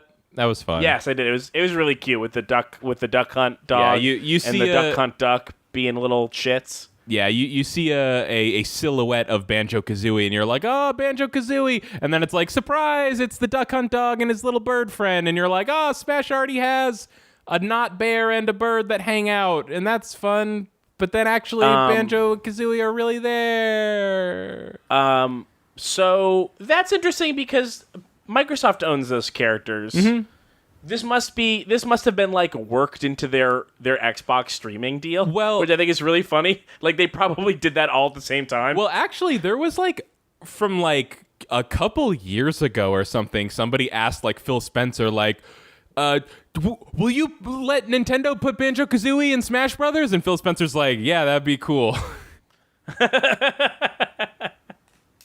God, I can never decide whether I like him or not. That's not true. I can never remember whether I like him or not. It's not that I'm always changing my mind. It's that I can never I always forget. Here's what I'll say about Phil Spencer. I like Phil Spencer. The only thing that gets under my skin a little bit is that when he holds his own hand. It's when I hear people. Phil Spencer is really personable. He's very likable, and he says a lot of things that sound good to consumers of video games. Mm-hmm. And I hear people get a little carried away by that sometimes. And I want to be like, yo, he's still the fucking CEO of a fucking video game corporation. Like, yeah, you know, like, keep in mind, like, he's... Like, yes, he's, like, likable and says good things, but also know that he knows that he's doing that, and he's doing it on purpose. Right. It's his job to sell video to games. Yeah, it's his job. Yeah. So he's good at his job, but, you know, cool it. Yeah, cool it. Cool it on Phil Spencer. But he's fine. Also, he's fine, though. He's fine. Phil Spencer is he's fine. Guys, Phil Spencer's fine. Phil Spencer is fine. He's fine. He's fine. He's fine. Smash, Banjo. Oh yeah, so they're just adding Dragon Quest characters. The thing that I loved about one Smash, character. No, it's like 4. Right? No, because that's what it was. They showed one and they said it's the hero, and I was like, well, every fucking Dragon Quest protagonist is the hero. Is it just going to be all of them? And then like a bunch more showed up, and I think they're just palette swaps or something, or like Echo Fighters. Well. Okay, well, but Echo Fighters get their own little panel. They get their own panel. Listen, I'm not a Smash player. I don't know how it all fucking works, but I'm pretty sure all 4 of those characters are going to have an identical moveset. If I had to... That was my takeaway. I guess I could be wrong. It's one character with 4 different palette swaps of other characters, but do they each get their own tile, or are they just like the different colors? I think... I don't think they're going to... Because Pit and Dark Pit are 2 fucking panels in Smash. I think it's going to be one panel. Okay. Well, either way, don't you remember when Smash was like a bunch of totally different characters that all did totally different things? And then now it is like 90 guy with sword and then like also 15 other things? Yes. Like, it's like, I'm not mad about it. Like, I get it, but it's like, come on, like a guy with sword? Yeah, that's 90 different guy with sword? That's the thing, right? Is like Nintendo's pantheon of characters is like the least traditionally video game-ass characters of like all of video games. Like they're all pretty unique and different and kind of cute and approachable mostly. But once you start just wrangling in everybody's characters, you're going to have a lot of fucking assholes with guns and swords. Yeah. And there's not even that many people with guns. like it's just, there's like seriously like 9, this might even be an underestimate. There's like 9 Fire Emblem people with swords, and now there's a new person with a sword. There's 3 different Links with swords. There's fucking a billion sword people. It's crazy. Yeah. It's like, come on, I like Dragon Quest, but when I saw that announcement, even I was like, oh great, more fucking guys with swords. Animes with swords. At least they announced Banjo at the same time. That's exciting for me a little bit. I have a soft spot for the bear and the bird. I do like the bear and the bird. So that was like one of the last things they showed. Dude. We should go back to a long, long time ago when they were talking about Star Wars at EA. Just real quick, though. Okay. People, I mean, you know that people still want that Banjo-Kazooie 3. And what I'm wondering is... I want Nuts and Bolts too. Well, we all want lots of things. But you're right, though. Do we think maybe when we get the inevitable Banjo-Kazooie 3, do we have to add a third member of the duo now trio? Banjo-Kazooie. Like, does Banjo need to have like a platypus in his pants now or something? Yes! Yeah! And aquatic creatures, exact, because then you've got land, air, and sea. You got total coverage. Yeah! Bring on that fucking shark. Woo! I can do it. Nice. All right. Glad we're on board with that. Okay, Star Wars. Jedi. Yeah. Did you see my tweet about this? No. Yeah, you say what you want to say about Jedi Fallen Order. No. What was your tweet? No, I was just, I said, like, someone please explain to me why I don't care at all about Jedi Fallen Order. Like, it seems so good, but every time I look at it, I feel nothing. And then I just had a screenshot from Westworld of the guy looking at the thing and saying, this doesn't look like anything to me. That's only a thing you would get if you've seen Westworld. I've seen it. I still didn't get it. I mean, I got it, but I didn't get it. It's just like the robots. The robots in Westworld are programmed to like not be able to see things that would like ruin their like programming or whatever. So like if they, like so the guy is a robot, but he doesn't know it. So he sees something that is like actually showing him he's a robot. I forgot that he was a robot. Like, this doesn't look like anything. I forgot he was a robot, and I saw that and remembered the moment and just thought it was about like him not knowing about something. like oh, I just don't get what this is. And just okay, that makes more sense. It's like it's a stupid reference to make because no one cares about Westworld anymore, but it's just that moment has stuck in my head so much. I feel that all the time. Like I actually was like watching the Jedi Fallen Order trailer and just not feeling any emotions and feeling like a robot, and it just makes me remember that moment. Okay.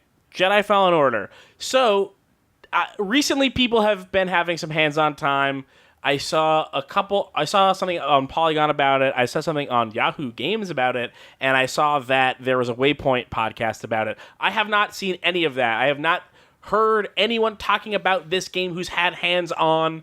But I did see a tweet from Eric Pope, who is still at Harmonix? He's a person that exists. No, that can't be that. No one works at Harmonix anymore, right? That's not a thing people do. Anyway, Eric Pope played the game, and I saw a tweet of his, and he said that the hands-on was really fun, and why didn't they show any of that for the demo? Why didn't they show any of this fun stuff that I'm doing? Which, yeah, good point, because that didn't fucking look fun to me. Like, I could tell that the graphics were good. Like, when you said that you can tell that it's cool and why can't you feel anything, I couldn't even tell that it was cool. Like, it definitely had stuff in there that's like, yeah, that's that. Like, I like the droid. I like lightsabers. You know, but, like, none of it did anything for me. I have a couple ideas why. I know this makes me insufferable, but it annoys me that the droid sounds like R2-D2. Like, you're trying too hard. Just let it be its own robot. They all sound the same. The thing that is that the droid's called BD-1, and they reference that it was reference that it was inspired by something else, but they never reference BD-8, the other BD droid. And it's like, why are you not saying, like, why wouldn't you say the obvious thing, which is that the first generation of BD droid? Are you saying BD as in Banjo Dog? No, BD-8. That's that droid, right? The ball droid? What's the ball droid? Am I getting the name of the ball droid wrong? Banjo Dog 8 is what you're saying. No. No? No. Well, then what are you saying? Ball droid. Oh, it's BB-8. Yes, that's what I was getting at. Like, I wasn't asking if you thought BD stood for Banjo Dog. I was just couldn't hear if you were saying BB or droid. BD. BD ball droid 8, 8th ball droid. No, you know what? You're right. Like, I can't argue with that. You're correct, actually, about that. Yeah. It's been a while. It's BB like baby. And then in Lego Star Wars The Force Awakens, Rey has a sand bike thing, and BB-8 rides in it, and it's got a little tag on it that says BB on board. So, that's cute. Is that real? Yeah. Lego Star Wars is fun. That's another tweet I had where I just said, fuck me, you got me. I'll play any Lego Star Wars game. I'm an idiot. I like how Lego Star Wars has like fallen into this really awesome groove of like, let's just keep redoing these. Yep. Original trilogy, third time's a charm. Let's go. Let's just do it. All 9 games, great. Now I have the first 3. The first 3 and the prequel 3, and then the first 3, the prequel 3, and the new 3. Great. It's all that, yeah. That's going to be our new long-form Let's Play, is we're going to replay each iteration of the original trilogy in Lego Star Wars. So here's what I said.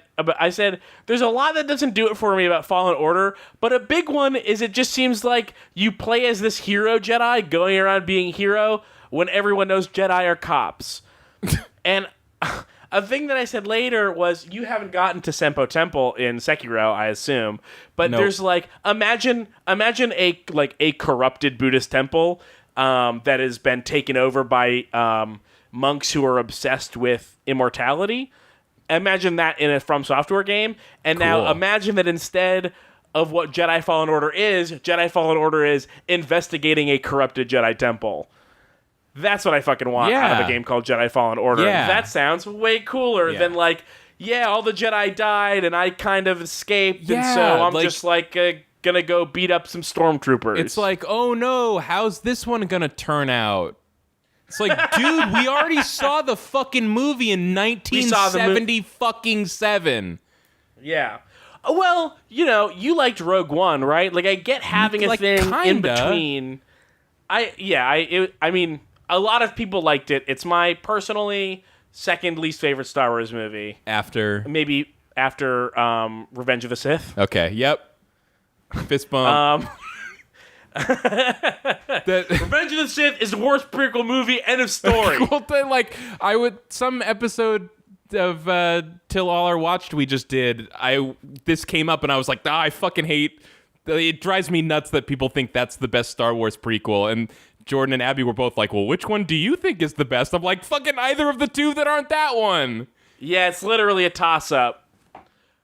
Honestly, it's probably. Phantom Menace, I think. It is quite a toss. Quite a toss-up. Honestly, and now that I'm thinking about it, I do not think it's a toss-up. I think it's Phantom Menace, maybe Phantom Menace with a bullet. Phantom Menace plus 1 bullet is the winner. It's yeah. I think at least it has the most interesting ideas out of all of them, I think. Yeah, I mean they're both movies. They're both good. No, not true. Using Brian Regan for evil. Can I point out this very funny moment? Luke, they're both favorites. Leia's favorite, but not as much.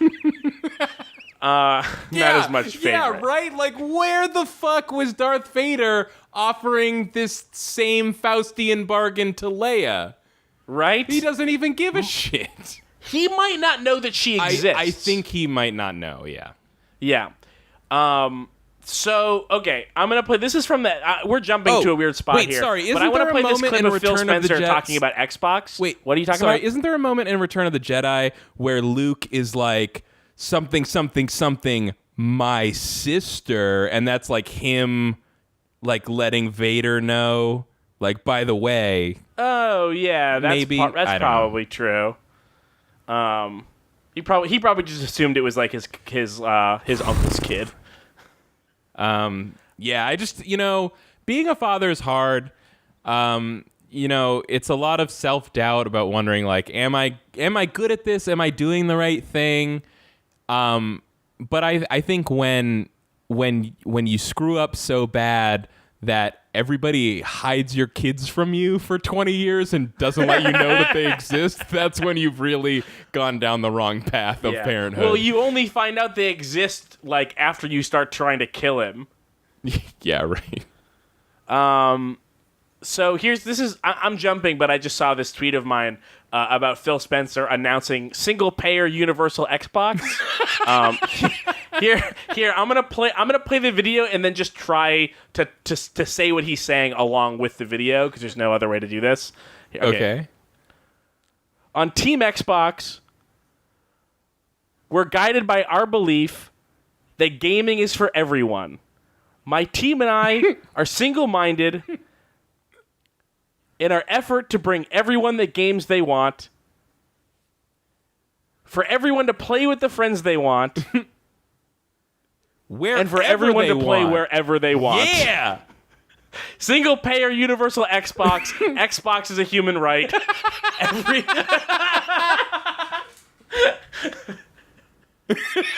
I just thought that's such a funny thing. Like, I was watching that and I was like, what the fuck are you talking about? You still gotta buy it. Wait, like, I mean, I don't know. Like, you can't just say that we're single-minded. We think that everyone should be playing Xbox.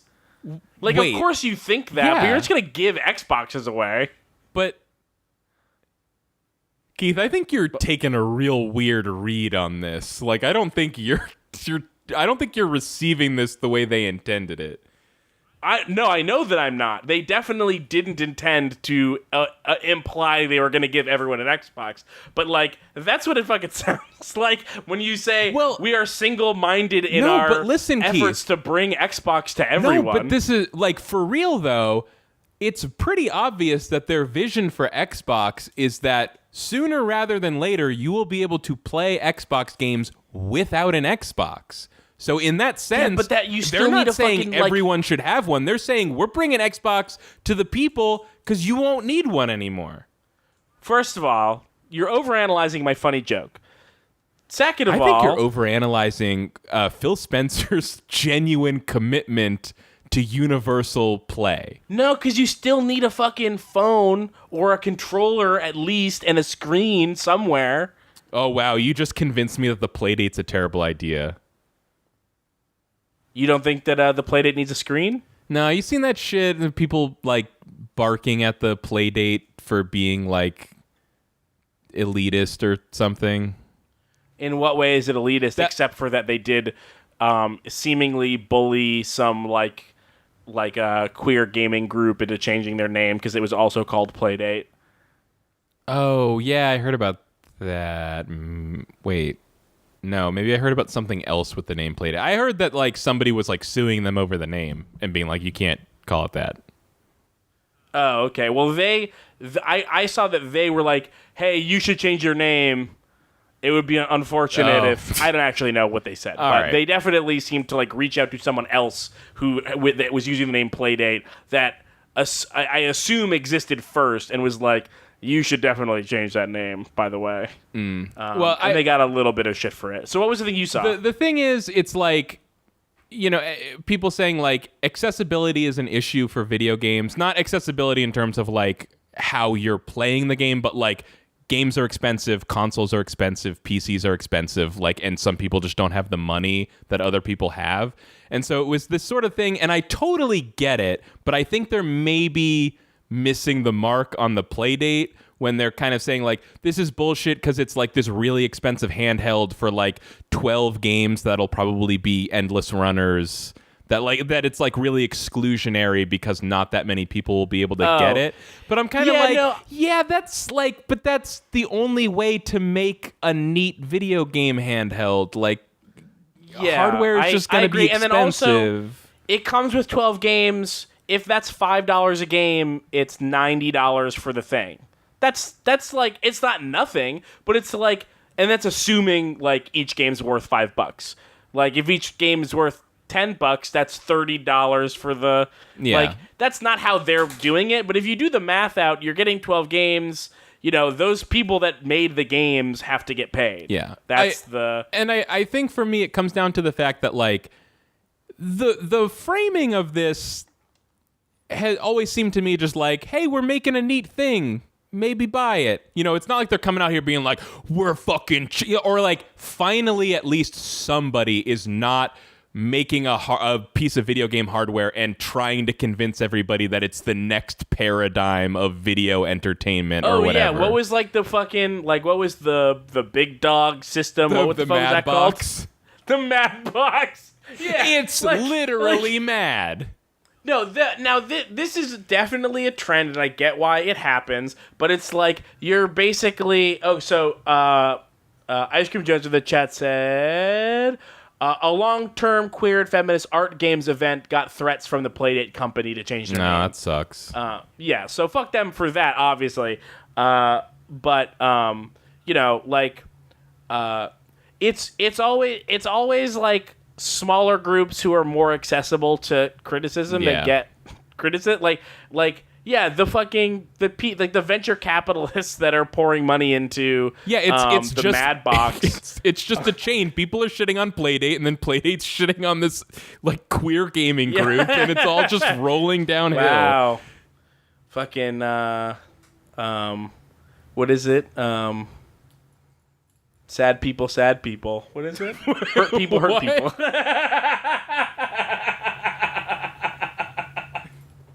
Explain to me why you just said sad people. Because I couldn't remember the word hurt. Okay. hurt people is how it actually goes. Oh, hurt people. I get it. Right. Oh shit. Very funny. Look, if we want to talk about more problematic shit, there's a very funny hurt people, Arrested Development joke. Someone said that to Lucille as a way of saying, like, you're hurting people because you yourself are hurt, but she took it as, like just exclaiming just hurt people twice. People. Yeah, hurt people. That was good. That was a good joke.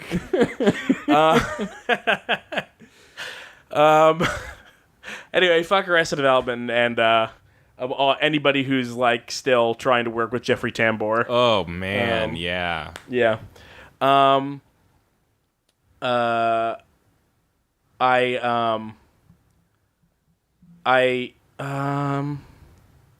was I talking about? E3? Oh yeah, but it's like, I feel like you could criticize Playdate for a handful of things. They haven't really done anything. A handful of things, especially sending fucking letters threatening legal action against a thing that had the name first. Yeah. It's inconvenient to you that they had it first. That's weird because they're not even part of a culture of like small hardware designers making overpriced elitist gear. Like, that's not even a trend.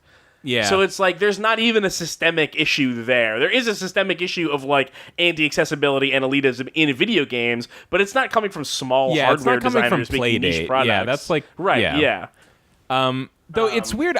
Maybe I'm just misremembering the story, but I thought I heard about like something that was maybe bigger than Playdate that had that name coming after them, like, hey, you're not allowed to take our name. And I'm like, everyone fucking cool it. Playdate's just a term that existed. What's going on? Hey, but there's always a bigger fish, Kyle. But if it's true that a bigger company is coming after Playdate, then it's extra fucked up for Playdate to turn around and do the same thing to somebody else. But maybe I just got that story backwards. I didn't hear about that, so who knows? The thing that I'm talking about definitely is real, though. Doom Eternal looks real good. Listen, yeah, Keith, I'm slightly more interested in Doom Eternal. Kyle's chagrin, I just kind of don't like Doom 2016.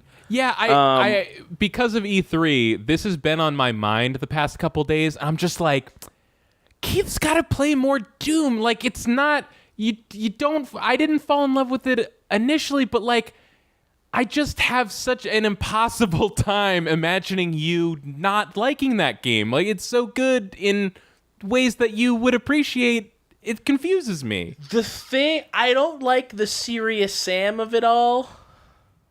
But it's not. I don't like the like it billion doesn't enemies suck the coming way at you Serious thing. Sam does. It doesn't what? It doesn't suck the way Serious Sam does. Well, I kind of like Serious Sam because it's a big fucking joke, right? And like it's a joke on purpose, right? But and so like there's a it's little bit of that in Doom.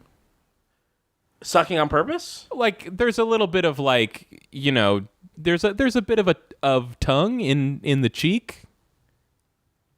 Sure, but that's like narratively, right? It's Yeah. not like they're not joking about how many enemies they're throwing at you, are they? No, I guess not. So I heard that Doom 2016 was pretty good about like making it clear that the problem was the humans that were trying to use hell energy to power their, cars or whatever on the moon or something. Doom Eternal doesn't seem like they have any of that in there. I mean, I guess it's not. They haven't shown anything really but the guns. Yeah, as they far didn't as I've show seen. the story. So I guess what you really mean is you don't know But anything they about did the show story. that for Doom 2016. I don't remember them. I mean, the thing about Doom At E3? 2016 was that they basically didn't show anything about it at all, and so everyone leading up to the release was like, "Oh, this is gonna fucking suck," and then it was like, "Surprise, it's great." Maybe I'm misremembering.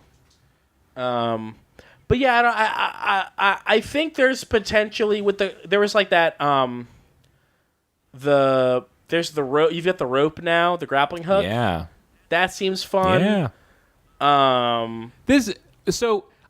little mini pitch is that I don't remember what parts of Doom 2016 you played, but like it gets better as you go because the levels get more complex and you get more of those weapons so that you're like switching between 8 different weapons that all feel distinct, that feel like they have their own uses against different enemies. It's a lot of what makes Halo great, but just slightly different. Like it's more hectic and more fast paced.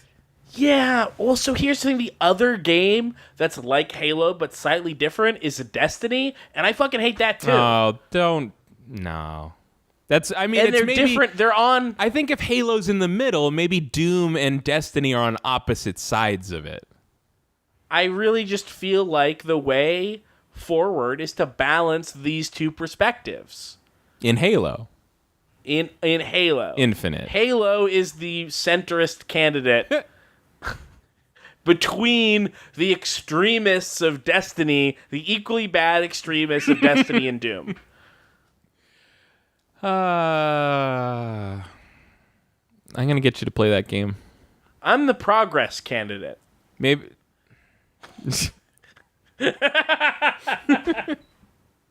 I'll try the new Doom. You mean I'm not gonna you're pay talking for about it. raid progress, right? Right, yeah, raid. You're yeah, going to yeah. get through the second boss this time? Speaking of Halo, Yeah. new Halo trailer was nothing to me. Yeah. Are they promising me a story or something? That's weird because the craziest part about that is that trailer starts with Master Chief floating through space. Halo 5 does not end with Master Chief floating through space. Right. I didn't know that for sure, but I was like pretty sure that they wouldn't do that a second time. Yeah. Does Weird. this take place between Halo 3 and 4? Oh God. Well, no, because he wasn't in this trailer. He was literally, it's just Master Chief floating through space. In Halo 3, he was in the like sleep pod in the right. ship. And he could have got knocked out, but he also didn't have Cortana, Right. Yeah. which wasn't a Halo 3 thing. My Yeah, guess so is that's that fucking weird. Halo Infinite is going to start with an intro level that ends with Master Chief sleeping in space, taking a space nap, as we all do That's from true. time to Or time. they might just release like a theatrical trailer that explains what's going on. Or that, yeah. So hey, But I just like Halo's. I'm just excited about Halo. I just want that me Halo. too. I was so pumped to know more about Halo, and then instead Yeah. I know more about this guy. Yeah. Some guy. Which is some fine, guy. but they also didn't really sell that either. I'm very excited to play more Halo. It's the only game it's the only game that doesn't make me think about it. Yeah. It's the only game where I'm able to just have fun. Yeah. Like, it's maybe the only thing in my whole life where I'm able to just have fun. So you talked to that guy Josh, right? Who like is doing like interviews for the like his research project or whatever. Yes. Right. I talked to him too. And Halo came up, and I mentioned like what a big fan of Halo I was, and he's like, "That's interesting because like some of the people I've talked to like talk about like having a hard time like identifying with that character or like feeling like and I'm just like, no, I just gotta kill those aliens. Just I don't know. play the game. Yeah, they suck. They're trying to blow up the world. You know, it is perfect game. I don't know. And if I try to think harder if I do like force myself to think about Halo for a second.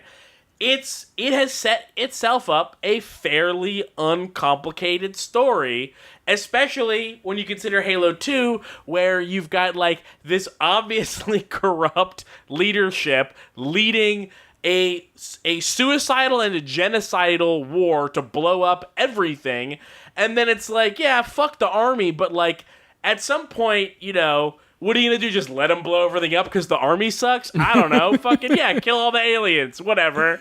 Yeah, like I was live tweeting the Xbox event and, typically, being snarky, doing what, you do on Twitter or whatever, kind of shitting on stuff, just because...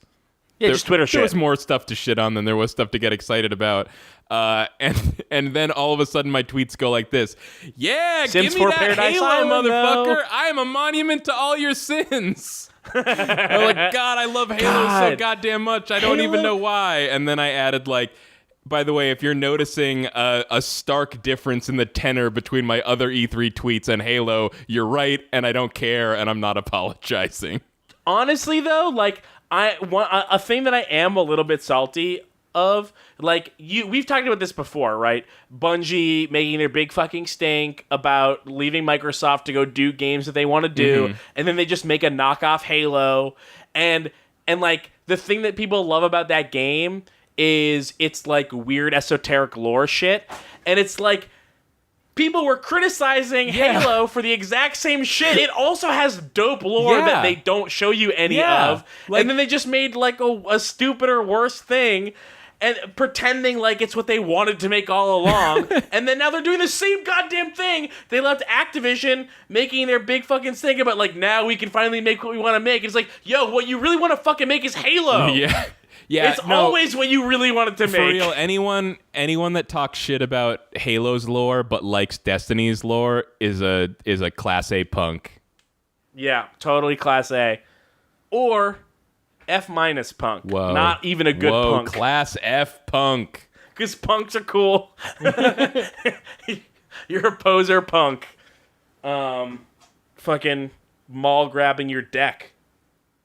Was there more stuff what was the stuff in Square that you needed me to translate for you? Like, what is Final Fantasy? What is any of that? I mean, what is interesting about that stuff? Okay. Do you know what a primal is? Oh, you're talking about the FF14 stuff? That's when they Kingdom were like, Hearts, these right? gods are actually the most ancient primals, and then like the crowd fucking hit the floor like they were. Yeah, shook. What is a primal? I don't know, but like I've heard. What? Even you don't know? Well, I've never played Final Fantasy 14. Okay. Oh, is it just Final Fantasy 14? Oh, yeah. I thought maybe it was. Quick pause. I thought This has only come to my attention recently, and it kind of blows my mind because I'm from the time when everyone in the world knew and cared about Final Fantasy. Every Final Fantasy game is its own self-contained universe unless it is explicitly like Final Fantasy 13-2. Right, well, but because everybody lost their shit, I assumed that it was like there's nothing that they've ever carried over between like 8 and 10 or something. Like, no, even not really. No, they got Moogles and not Chocobos. Even primals. And then the other thing, the thing was like people fucking care that much about Final Fantasy 14? Yeah, apparently. I didn't know. I didn't know. Yeah, but now That's I got why all the these reaction, people. It seemed to be that everyone knew and loved it. Now I got all these people being like, "Yo, you got to play Final Fantasy 14 to figure out why everyone freaked out." Like, please. We got 2 or 3 email, like literally half of the emails we got, like 3 out of the 6 were about that. Were people asking when we were going to play Final Fantasy 14, and like, yeah, I guess I give up. Like, I know everyone keeps saying it's good, and they won't stop saying it. So I guess I have to see what the fuck is up in FF14. I don't know. And here's the other thing: is that this fucking people also say that about Elder Scrolls Online now. Is that that's actually really good, and it's like I don't believe either of you. No, I definitely don't believe the Elder Scrolls people. I know my cousin Ted really likes ESO now. I know friend of the show Jack DeKeat really likes ESO now. Like, but I think that you're I don't know. all I think lying if Jack, to me. I think if Jack likes ESO, maybe he's not a friend of the show anymore. I guess, yeah. That's how anti-ESO we are. And I'm definitely not going to play it to find out for myself. Really, you don't want to know about the dragon or the Crimson Guard Slayers. Is that something from? Is that real or is that? Are you making one up? This is me trying to pull from the ESO trailer in the Bethesda thing. Okay. Yeah, whatever. Did we have? We didn't really finish talking about Star Wars. We got a little bit sidetracked. I'll say this: I liked. So I'm not excited about the protagonist that much, though. I do appreciate that same. He's not like this typical like Nathan Drake ass like square jawed whatever the fuck. He's like kind of a fuck boy, and I kind of like that. Yeah, I don't know. They seem like the same fucking. They seem like they're from the same stock, though. I don't know. I feel like Cal. Pretty sure Cal is just like a Nathan Drake, but like 10 years younger, is what I feel like. Oh, I don't feel that way. I mean, I'm not saying Really? I think Cal, as we've decided his name is. Pretty sure. Like, basically what I mean is, like, nothing about him appeals to me, but I at least appreciate the fact that I look at him and he doesn't look like a million other stock standard video game protagonists to me, but just a little bit. Like, I'm just like, he looks different. I don't know. You're saying he doesn't appeal to me, but he also doesn't not appeal to me. He doesn't not appeal to me. Yeah, I mean, whatever. I mean, it's just my deal, but like, I just basically want to play as a girl in every video game. That's why they had that Commander Keen game where you can be Billy Blaze. There's 2 Keens. There's 2 Keens now. You can play as Billy Blaze or his twin sister, Billy Blaze with an IE, and I stood and applauded. That's so fucking good. But it's that easy, though. I don't know. Make a different character model, have someone come in and read the same lines. This is so bad. That would destroy the integrity of our story. It's very... Yeah, you're right. We meant it.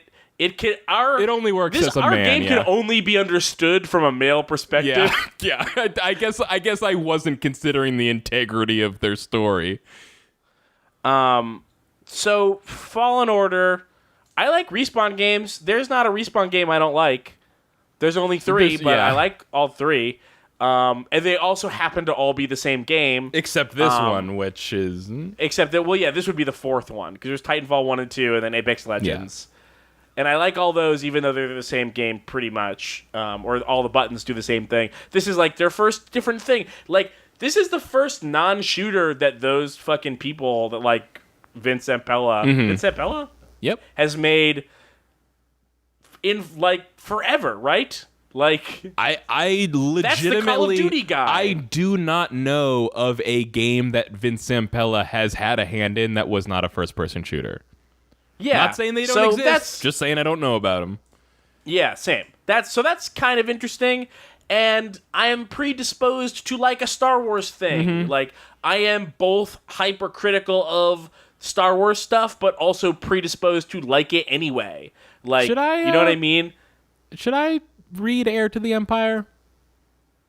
Heir to the Empire. Which one is that? It's the first one in the Thrawn trilogy. Oh, Thrawn. Yeah, it's Thrawn. Yeah, totally. Okay, for sure. good, because I already love bought the Thrawn it, so trilogy. that would be a bummer. I thought that's what that one was, but I was not sure. Another one. Those are the ones by Timothy Zahn. Yeah, what blew my mind though was learning, like, I knew that the Thrawn trilogy was like basically the most acclaimed of the Star Wars Expanded Universe books, but I didn't know that those books basically invented the Star Wars Expanded Universe. Yeah, and that's sort of where they get a little bit overhyped. Like, they are the most acclaimed by the sheer uniqueness of what they were. Gotcha. And, like, yes, that's why I was a little worried. They're still really good. Okay. I would have to think about, like, because Star Wars book titles are bad and impossible to remember, and I've also just read so many of them, but so long ago that I don't remember which ones I liked and don't like. But those hold up. I read them only a couple years ago in graphic novel form. They released all three of them as one big graphic novel, and it was really good. Neat. That is, if you're not like into reading 800 pages of Star Wars, that's a good way to do that. Oh, actually, I got the audiobook and I can listen to it while I'm driving for work. So actually, this way is way better. Well, we have listeners who maybe don't want to read a full book, but don't want to listen to an audiobook either. And I support the graphic novel. It's also a graphic novel, so it's long enough for me to actually remember what's happening, which is great. But yeah. So the thing about Fallen Order is that I now know that there are people who have played it and said, this is not what we saw in the demo, and it's good. It's better than what we saw in the demo. But I don't know what any of that stuff was. I don't remember a demo. I just remember a trailer. They showed, during EA Play, like 15 minutes of gameplay. EA Play. EA Play. Never even heard of that. So they showed 15 minutes of gameplay. You're helping the guy from Rogue One, like, break into Stormtrooper house. Oh yeah, that's the other thing about that. That's something I legitimately don't like, is that it's got the fucking Forrest Whitaker guy from Rogue One. You don't like Forrest Whitaker? Fuck that guy. Why? I don't remember the character. Exactly. This is my point. But it's like, who the fuck cares about this stupid character? Yeah. I do think I like Forrest Whitaker, though. Pretty sure. I think I might be slightly over Forrest Whitaker. I don't know. I haven't seen like a ton of stuff that he's in, so I think it's just like, it's not a good character, and I think Forrest Whitaker is a good actor, but for whatever reason, like, his performance of this character does nothing for me. He's just like, I don't know. Literally don't remember the character. I heard other people saying that he was from Rogue One. I never would have remembered. That movie kind of sucks, I think. That movie is really, really poorly paced and poorly conceived. Like, it is a get the gang back together movie where you don't know the gang and it takes 2/3 of the movie to get them back together. Wait, like, it's not. I mean, those characters don't know each other before the movie. No, they don't. So it's. But I'm just saying that's what they're doing. Oh, okay. They're getting a group together. They're technically not coming back together. Sure, sue me. Yeah, that movie's fine, but whatever. Yeah, the first 15 minutes I think are crazy, like, paced really, really insanely, and then the next hour is like assembling a team of people that I don't know. Oh my god! Remember so when weird. Vader shows up for 2 seconds just to be like, "By the way, I live in a lava castle, and I'm gonna dad joke on you. Okay, peace. Good luck with your shit movie." Literally, no. Do not remember that. Don't remember. Don't remember. Don't care to remember. Like, even when I say it now, you're like, no. This doesn't look like anything to me. Yeah. I'm a vampire looking into a mirror. No, Vader starts force choking somebody, and he goes, "Be careful not to choke on your ambitions, Admiral who gives a shit." And then he walks away. End of scene. Oh, I do remember that line. And also, that's when we learn that Darth Vader lives in Mordor. That I do not remember.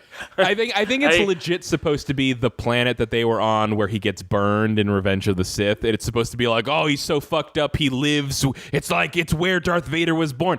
You know what? I'm making it better. I should stop. Like I'm actually No, I think that's totally something that someone could have thought of.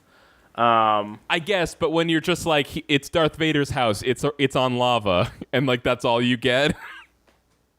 Ice Cream Jones says the last non-FPS I can find with Vince Z credits is Vigilance, a 1998 third-person shooter. There you go. Ice Cream Jones also says Fallen Order. It's Sekiro, but maybe a bit more leaning into Metroidvania. I think that's the new word. Although I had already heard before E3 where shit was leaking, I had already heard that what have you that heard? it was sort of like From Software-y. Oh, okay. That's cool. I had already heard that, and then they showed the demo, and I was like, no, it's fucking not. But I guess it maybe still is. I don't know. That makes me more interested than anything else I've heard about this game. So yeah, so something about the demo that they like took care to repeat like 2 or 3 times, which is a weird way to do this, is like they were like, yeah, the guy we have playing through the demo or that we filmed, it was like a pre-taped demo that they were running footage of. They were like, this is the guy who's the best at the game in the office. We found the guy who's really good so that he can show you this demo. And it's like, if what they're leaning on in this game is like difficult, engaging, combat, like where you have to think and you have to learn about what's happening, to just get a guy who's really good at it to blast through it is not a fucking good way to show that. Yeah. So, because it just looked like, I don't know, it looked like, it kind of looked like For Honor. No, you know what it looked like? It looked like The Force Unleashed. Yeah, well, it was which was a hard 7.0, like at best a 7.0. Yeah. That's what came to my mind first, but because that game is so fast and had like such like the thing about the game was like devastating force attacks, and this didn't have that. I went for Honor instead. That was my comparison. Specifically, what made me remember it is seeing him like hacking stormtroopers, and that like the stormtroopers aren't getting cut up by the lightsaber. You're just seeing like orange burn marks show up on the stormtrooper, because it's like, oh yeah, it's a T-rated game, I guess. And also it's like, you know, that video games about Jedi are really hard because Jedi are so ridiculously powerful. Like, how do you balance a game around that? Well, they had in the demo, they had a bunch of stormtroopers that had like stun sticks, yeah. That assume, and then one guy had like a double-sided stun stick. Yeah, that usually stops Jedi, so that's fine. Well, it didn't in this case. Oh, okay. Like he did, like, you know, kill all those guys. He, you know, the Jedi did the Jedi thing, which is killing. This is all well-worn territory for Run Button, but it's like, it's that thing where like, in the movies, Jedis having swords is like this weird anachronistic thing. They're kind of out of place. No one really does it. But then when you make it a video game, you just have to have it all about martial combat. Yeah, and the other thing is that it's very like internally dissonant. Like, it's not like the Jedi lore is about Jedi as defenders and as like non-violent, and you know. It's like against the rules to attack people unless you're defending yourself or someone else. And then like Star Wars video games are literally, it's just like Jedi kill thousands of people single-handed. I thought I heard from somebody once that Jedi use the Force only for knowledge of events and never for attack, but I must have just imagined it was some fucking idiot just saying Kyle some bullshit. Said there's no such thing as a dark side power. Just dark side people. Okay. So, yeah. And the guy that did say Jedi don't use the Force never for attack, he also led the Jedi into extinction.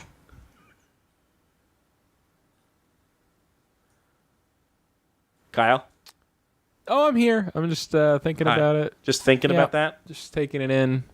No, I disagree.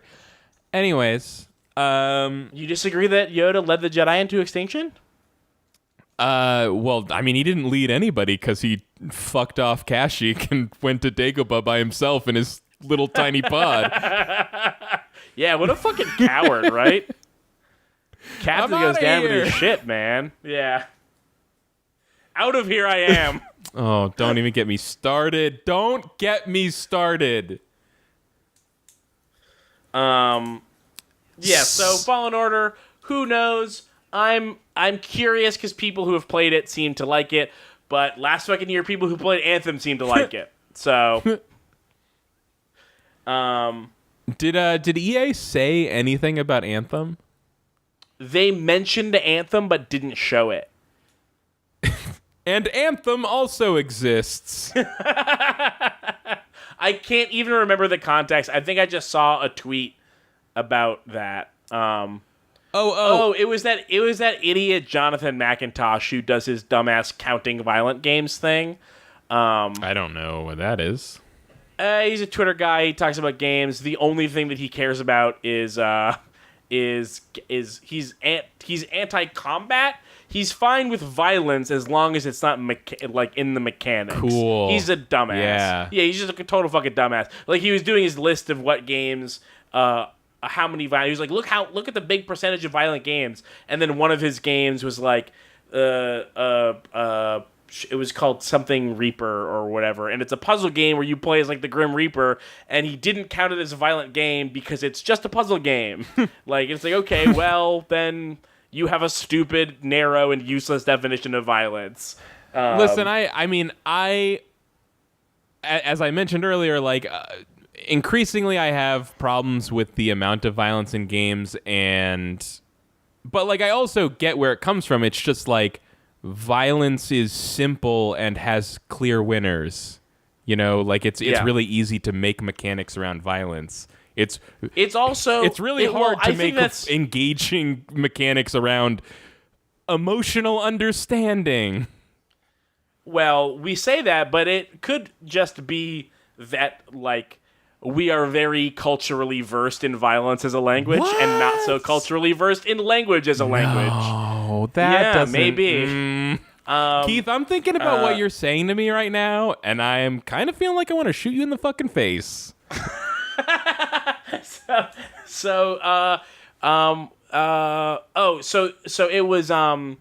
it was his thread about games where he didn't count Anthem against EA because they mentioned it but didn't show it. So that's how I knew that. Great. But speaking of understanding as a mechanic, Spiritfarer. I don't know what that is. That was one of the first things they showed on the Microsoft press conference. It looks like you hang out with some furries on a boat, and you are nice to them and sad when they die. But also maybe you're building a floating house / yeah, I did say I want to build a boat with a moose man, is what it said. And then in my second draft of the notes, cute, gentle Grim Reaper game. Because it seems like what you're doing is you're doing favors for people as they die so they can pass on. That's what it seemed like to me. Oh, Spiritfarer. Got it.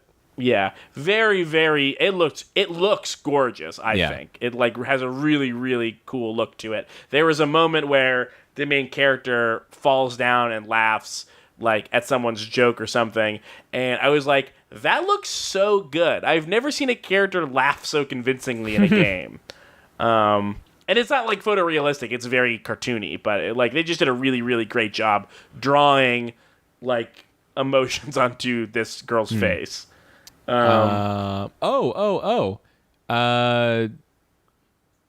okay. Sorry, kind of stumbled over myself there. I wanted to say I don't want to go past 10:30, so I feel like we should start scraping up our last things. I have half my notes left. Oh boy!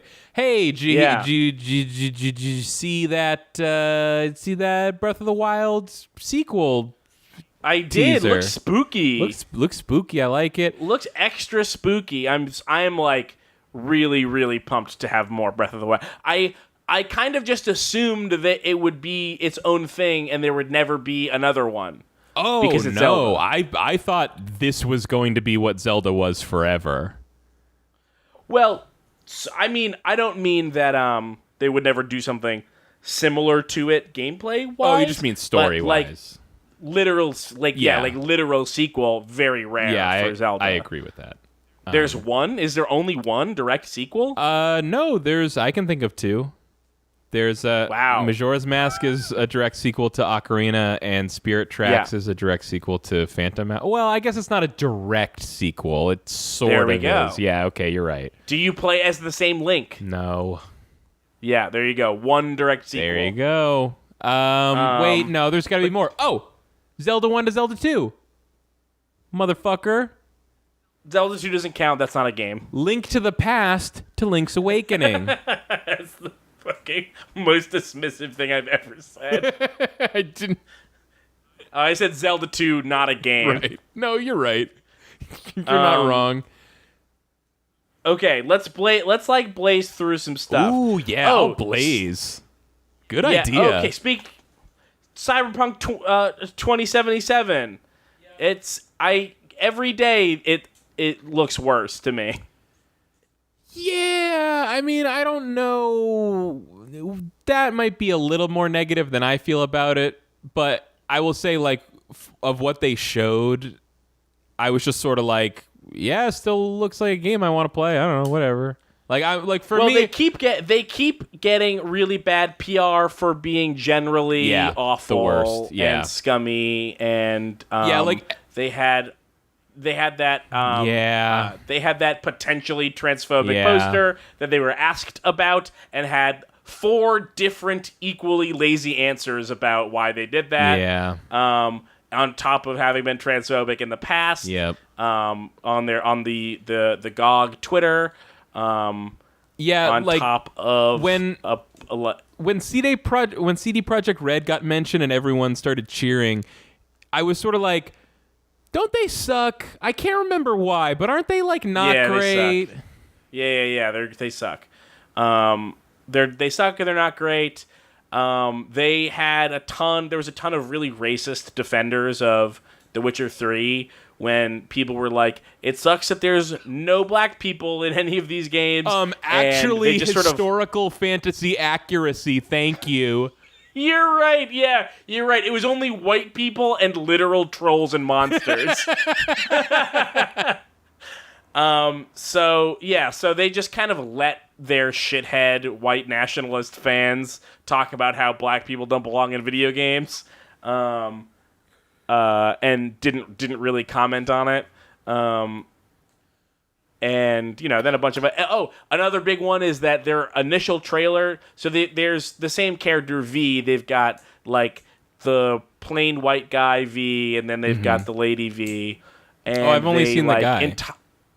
The original trailer was all that girl, I'm pretty sure, who is way cooler. And, this fucking, this guy is, sucks. the khakis of Cyberpunk guys.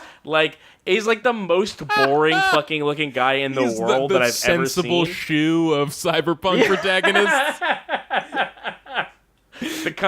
He is comfortable flats.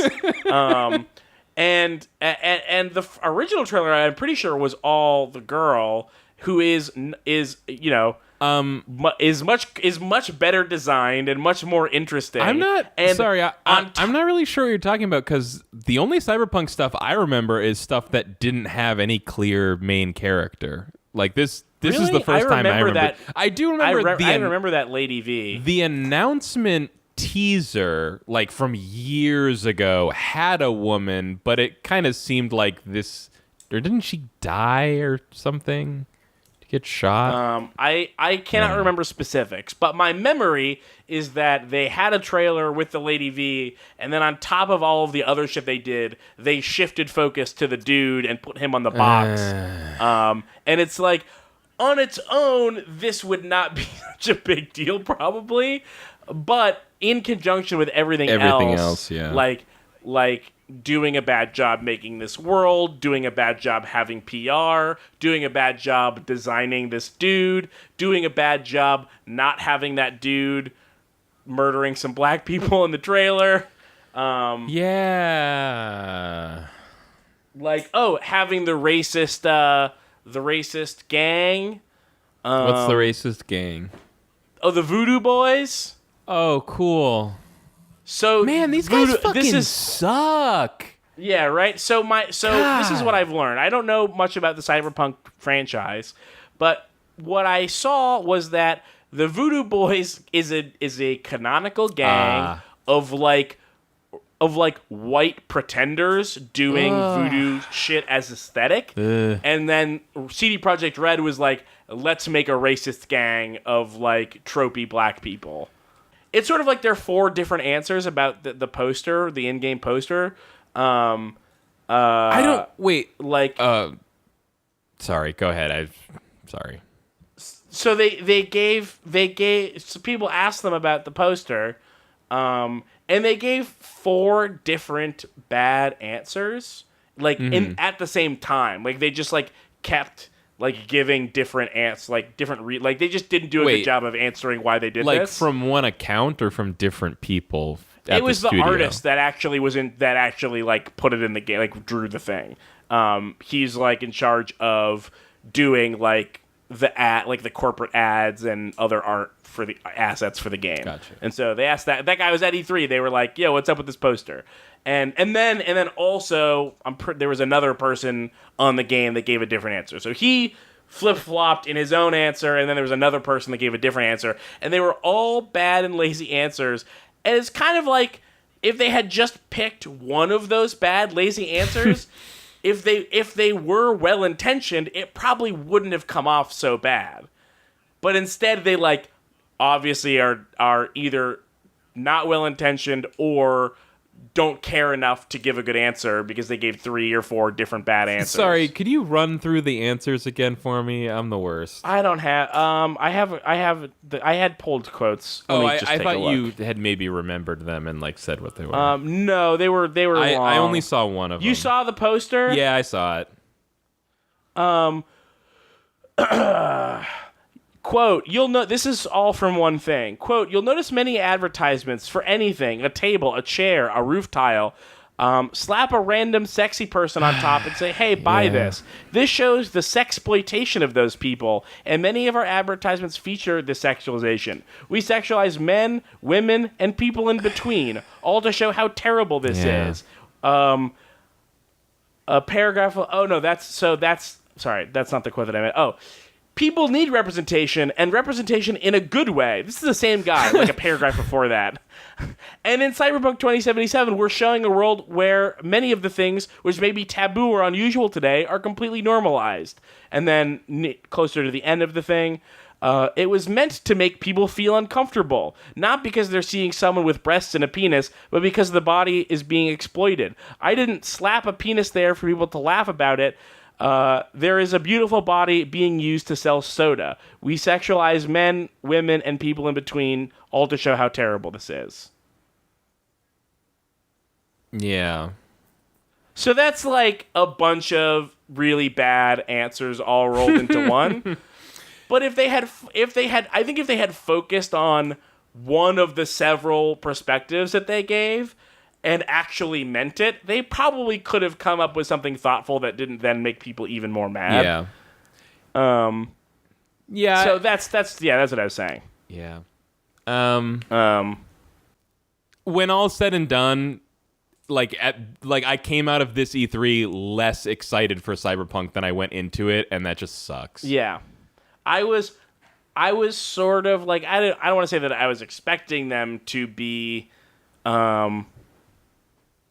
to like fall on their face and say something stupid, but I was definitely already seeing this stuff even from last year and like being like, oh well, I guess I am not excited about this game I wish I could be excited about. Like, and it's not, not another like game they're sorry, you finish your thing. Oh, just like it's not like I'm still excited for the game, but not liking CD Projekt Red is making me not want to play a game I'm otherwise excited about. Like, I'm literally, like, not as interested in a Cyberpunk game that is getting these things wrong, which is not to say that Cyberpunk is, you know, consistently good about this stuff. It's just that I don't want there was a point where I would have read, like, a book, like a Cyberpunk book that would have been, you know, just as bad or worse. But I'm also not 16. Yeah, so exactly. I'm not this is the sort of thing that makes the world seem like not a fun place to play a game in. Yeah, I think, like, for me, this is sort of, like, unrelated really to the game itself. But right now I'm just in this place where I feel less excited or less interested in Cyberpunk than I ever have, just because it's like, you know, like, people almost say it as, like, a joke, like, we're living Cyberpunk right now. It's like, but actually it really feels like that, and it's a super bummer. Yeah. It does feel like the thing that we don't have is, like, a hyper stylized world to live in. But instead of having a hyper-stylized world to live in, we have a bunch of systems to disguise how bad everything is. Yeah, it's like, now that we're starting to get to the future that Cyberpunk takes place in, it's sort of, you, like, look around and realize, like, oh, like, Cyberpunk was right, except it just turns out that real life is all of the worst parts of Cyberpunk and none of the cool, flashy parts. Right. So, like, before, Cyberpunk used to feel like it had a really cool, like, out there perspective on the world and also really cool aesthetics, and now it's just feels like an aesthetic slapped over real life, and it's lame. Yeah. Well, so that, I guess that's the thing about Cyberpunk is, like, in the real world, in Cyberpunk, you've got a bunch of cool, flashy aesthetics to disguise how terrible that world is, and that's why you have people who might say, like, I embrace the cyberpunk future. Like, right. That's how you get that, is because you've got all this cool, flashy tech that's, disguising that is cool. That's disguising how terrible everything is. And instead, we're in the real world where things are, you know, sort of just as bad, but instead of cool, flashy tech disguising how terrible everything is, it's just like that everything seems normal. Everything seems normal is disguising how terrible everything is. Another thing about Cyberpunk now is, shit, where did it go? It just fell out of my head. Sorry. That's okay. I think, like, 2 seconds. I'll get this together. Okay. Do you want me to blaze through some notes that I have while you think, or do you want to? No, okay. I just need 2 seconds. I think I saw the trailer twice or something, but that fucking jacket that the guy wears in Cyberpunk with the samurai, that's the main character, right? So his name's V. It just says samurai on his jacket. I'm pretty sure. Okay. What the? I couldn't remember if he was like the called back of his samurai. jacket. The collar says samurai on it. Gotcha. Yeah. Sorry. Every time I see that jacket with it's got this enormous collar on it, and the collar is like an LED light strip. And every time I see it, I'm like, that looks cool, but I'm just like completely enamored by trying to figure out why no one would ever wear one in real life. Like, why does it look so cool in this game, but no one would ever think that was cool in real life? Like, what is that? Oh, yeah. Video games are always like that. And movies, too. Like, you fucking see someone wearing, like, the jacket from Drive. It's like, fucking idiot.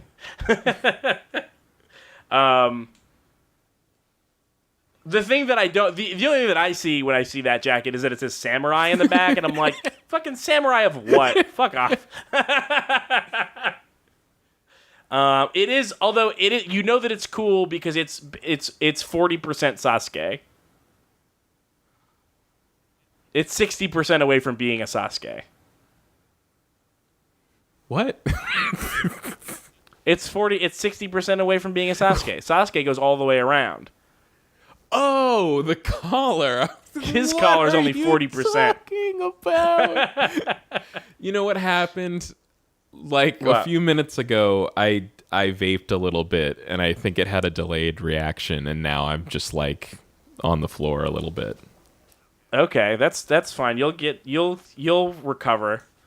All right, I'm gonna go through some of these notes before you have to go. Okay.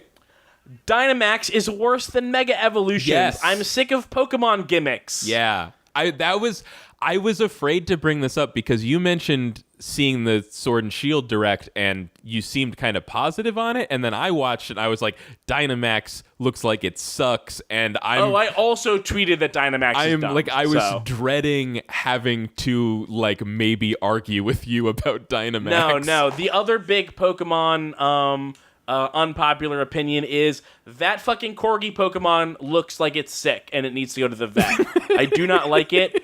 It's a dog with no snout. That's bad. And it has dead eyes. I think I've seen it, but I can't picture it. You should Google Yampers. Yampers. I would like to say, though, I have to remember its name. This Pokemon is... Here, I'm sending it to you, to our... Here, this is a link to Yampers. There we go. There it is, Yampers. Are you trying to remember? Are you trying to remember Impidimp? No, I'm trying to remember Dreadnought. Oh yeah, Dreadnought. Love everything that. From his look to especially his name, sick. Love Dreadnought. it. Also, I like Corviknight. Worst thing about Corviknight is that they made the super cool goth bird a taxi. That's bad. Yeah. But love the name, love the look. Agree. How do you feel about that Yampers? Let me look. I hate the name so much. Yeah, I hate everything about it. I hate that it could have been a really good Corgi Pokemon, and instead it's this. Do not fucking let the Pokemon Company give you this. What the fuck is that? People loved this on Twitter. Whoa. People were loving this. This sucks. This thing so is bad. ill. I don't know what disease this dog has, because surely it's caught 'em all. It just this needs to Pokemon Go to the vet. So Pokemon are just stylized animals, and Right. it's like this started at Corgi, and every aspect of it went the literal opposite direction in terms of stylization as it should have gone to be a Pokemon. I like the little paws, but it I doesn't the make for a little good paws. Pokemon. No. Anyway, so that's what I had to say Yeah. about Pokemon. I still think that I like the third person, controllable camera. I think that's a big thing. I really liked the visual of seeing a Gyarados in the water. That actually looked really awesome to me. I was surprised by how much that worked for me. Seeing a Machamp running at the player was surprisingly good for me. I wasn't and then I also like that you still get random encounters. I hope we get to a place where this game is doing what it's doing, but is giving more interesting behaviors to the Pokemon roaming around. You know what I mean? Instead of Pokemon just walking and sort of maybe trying to chase you down, or just swimming in a line or whatever. doing some and maybe stuff. that's in here. But imagine a game where these Pokemon had unique What if behaviors there's and were doing those. sunbathing? Or Who's sunbathing? they could be sunbathing. They They totally could be lounging in sunbathing. the shade. They could be munching on some grass. Right. This is what I'm saying. I want each of them. I want all 900 Pokemon Multiples? to have unique behaviors. Dupes? You got some dupes, but they're playing with each other. That's cute. Love that. And I don't know how it's going to work for this. I don't know if that's something that they're planning on having. If they were, I feel like they would have showed it already. I like the gyms being stadiums. That's really cool. Yes. I mean, very true to the first episode of the Pokemon anime. It feels like it's making good on the thing the Pokemon anime has always promised us that we never got in any of the games. Oh, or except in Stadium in most of the anime either. Yeah, they gotta. I mean, I guess this is just what I miss Pokemon Stadium. Yeah, same. I want to do like but, a Pokemon Brock's Stadium gym Let's empty, Play. like in what? I want to do like a Pokemon Stadium Let's Play. That would be something. Maybe not a full Let's Play, but like some episodes. That would be fun. That would be fun. All right. Link's Awakening. That's my second favorite Zelda game. I don't like how the characters look like plastic. I think everyone seems to like that. I think it looks like it's great for selling toys, is what it looks like to me. It looks like I see that and I'm like, wow, they sure do want to sell toys of this. And you could, I like it. People can like it. I think the dungeon builder looks cool, but maybe a little bit simple. Oh, they got a dungeon builder in there. That seems like a fun idea. Yeah, it seemed pretty boring. Like it's a fun idea. It's a good idea. It looked boring. Who knows how deep it really is? Some more notes. No More Heroes 3. Good for Suda. Good for that guy, I guess. Whatever. I don't really know what No More Heroes is. I was surprised to see it. I don't know why people like that. I didn't play 2. I don't know why people like 1 so much. That game kind of sucked. Well, you like Killer 7. But it was that. Yeah, it's a different game, but exactly. That's why people like No More Heroes. Think about the fact that I like No More Heroes less than Killer 7. Think about what that means. Yeah, good point. Because at least Killer 7 is bad, but everything about it's like one of those stupid cars or something. Everything about it is nuts. But No More Heroes is bad in a really boring, normal way. Yeah. I've never even seen any of No More Heroes, so that's something that I'm interested in looking at. I heard that No More Heroes 2 was much more of a regular-ass game. I do think, if I remember correctly, I believe the character's introduction in the first game is he drives his motorcycle up to a gated house, launches off the motorcycle over the fence, lands, cuts 2 guys' heads off with a lightsaber, and yells, "Fuckface!" So see, that sounds fun to me. So that was good, but then it was downhill from there. Damn, that sucks. Astral Chain. I'm just gonna be reading from my notes. See if anything sticks for you. Alien Slave Warrior game starring a bunch of cops, but they know it sucks. Yeah. No, you got me at the first one. Astral Chain. I was surprised by how much I liked the trailer for that. You liked the part with the Alien Slave Warrior and a bunch of cops part? Oh, I'm sorry. I didn't realize when you were saying that you were describing Astral Chain. I thought you were moving on. That's why I was like, oh, stop. No. I'm all of my notes have a thing about what I said. Sorry. Alien Slave Warrior game starring a bunch of cops, but they know it sucks? That was the vibe I got. Yeah.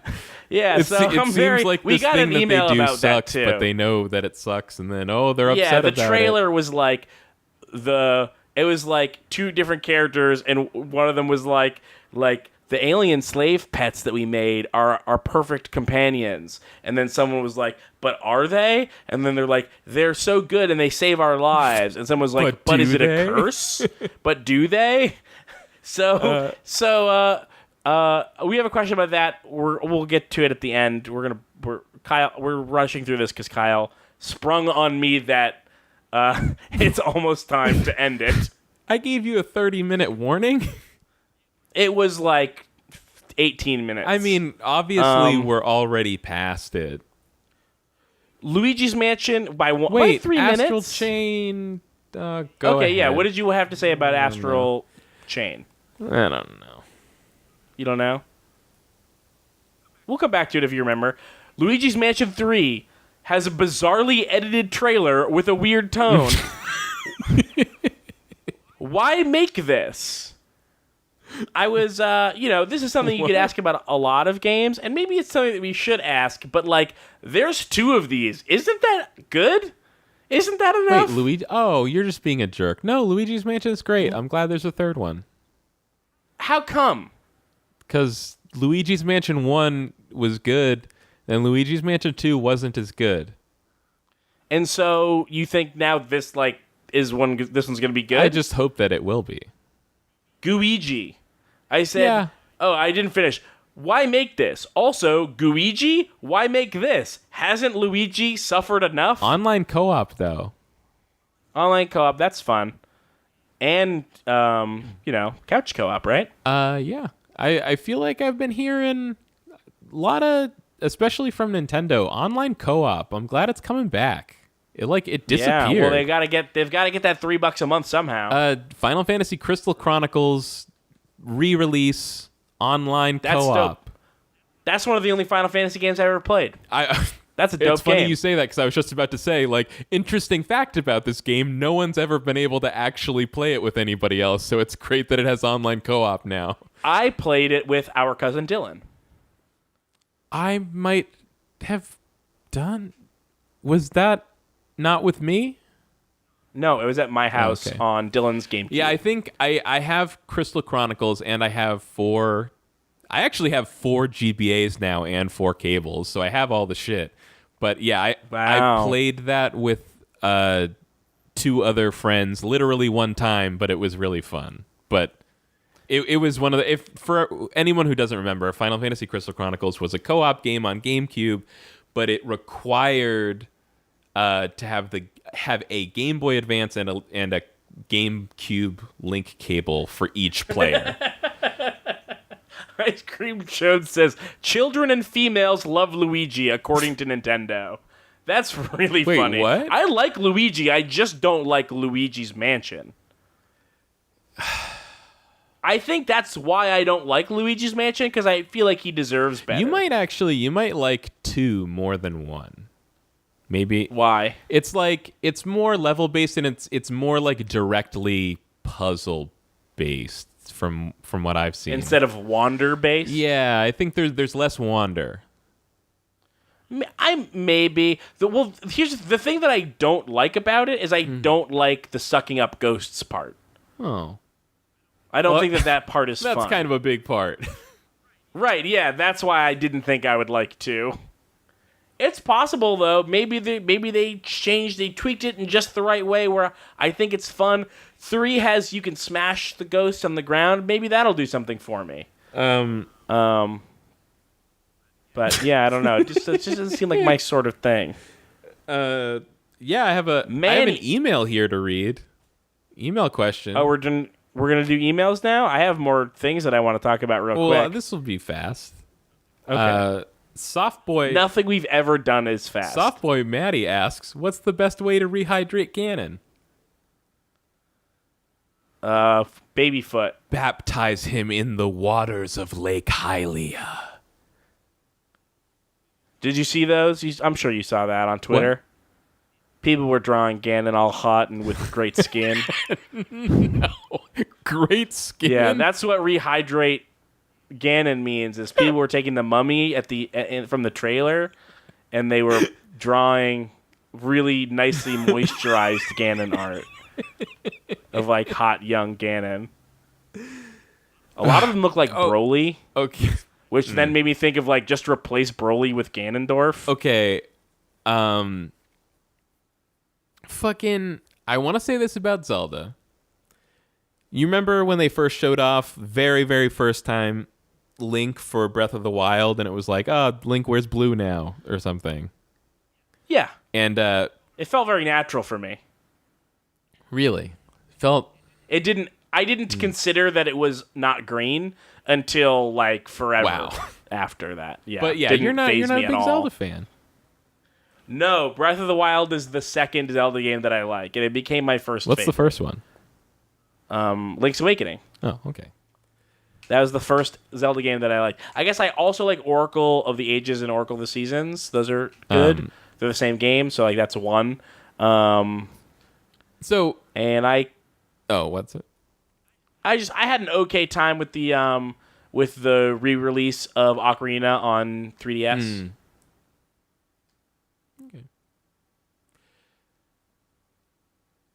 Okay.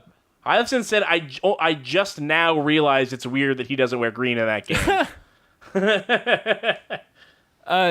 Okay, so what was your point? I was saying, way back when they first showed off that character, this was really weird because Link's always been kind of androgynous, but people were like, "Is Link a girl in this game? Is that a girl Link? What's?" Yeah, I remember the girl Link thing. Link has always been a girl. Yeah, right. It's at the time I was like, "No, it's not." It'd be cool if it was, though. It's not, though. I wish it was, but it's not. And then the game came out, and like right when the game came out, I was like, this game's really fun. And then someone from the dev team was like, yeah, we thought about having the player be Zelda in this game, but then we just figured, nah. And I was like, why would you say that? I'm bummed out now. And now in this trailer, if I believe I'm correct, like Ganon grabs Link away, and then like Zelda's just left by herself. And I'm like, if you fucking make me think I might play as Zelda one more time, I'm gonna lose my shit. I saw a really convincing tweet. I'm sorry that I don't remember who it's from because I didn't think I would be quoting it. I did see a really convincing tweet that says, Zelda has short hair now, that means she's playable. Oh, yeah, totally. Which, like, it doesn't actually make sense, but it is oddly convincing. Yeah, totally. Like, we can have a girl, but we can't have her, like, have long hair. Like, that's the line. We can't cross that line. Well, that's just how you know she's battle ready. Like Videl. Right.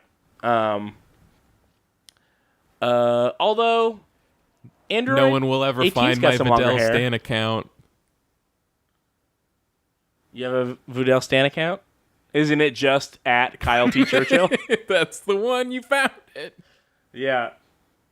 Yeah, really loved that trailer. I thought that was great. I love that game. Little brief. That was a bummer. Breath of the Wild? The trailer. Oh, the trailer. Yeah, a little brief. I mean, I wrote the way that I wrote it in my notes. I must have already deleted it. Was because I have pretty good notes on most of this stuff. But I just wrote the sequel to Legend of Zelda: Breath of the Wild is now in development, or whatever they said at the end, like the really stilted way that they announced it. Specifically, it was interesting because it was almost like they wanted to make sure that people didn't get the wrong idea, like.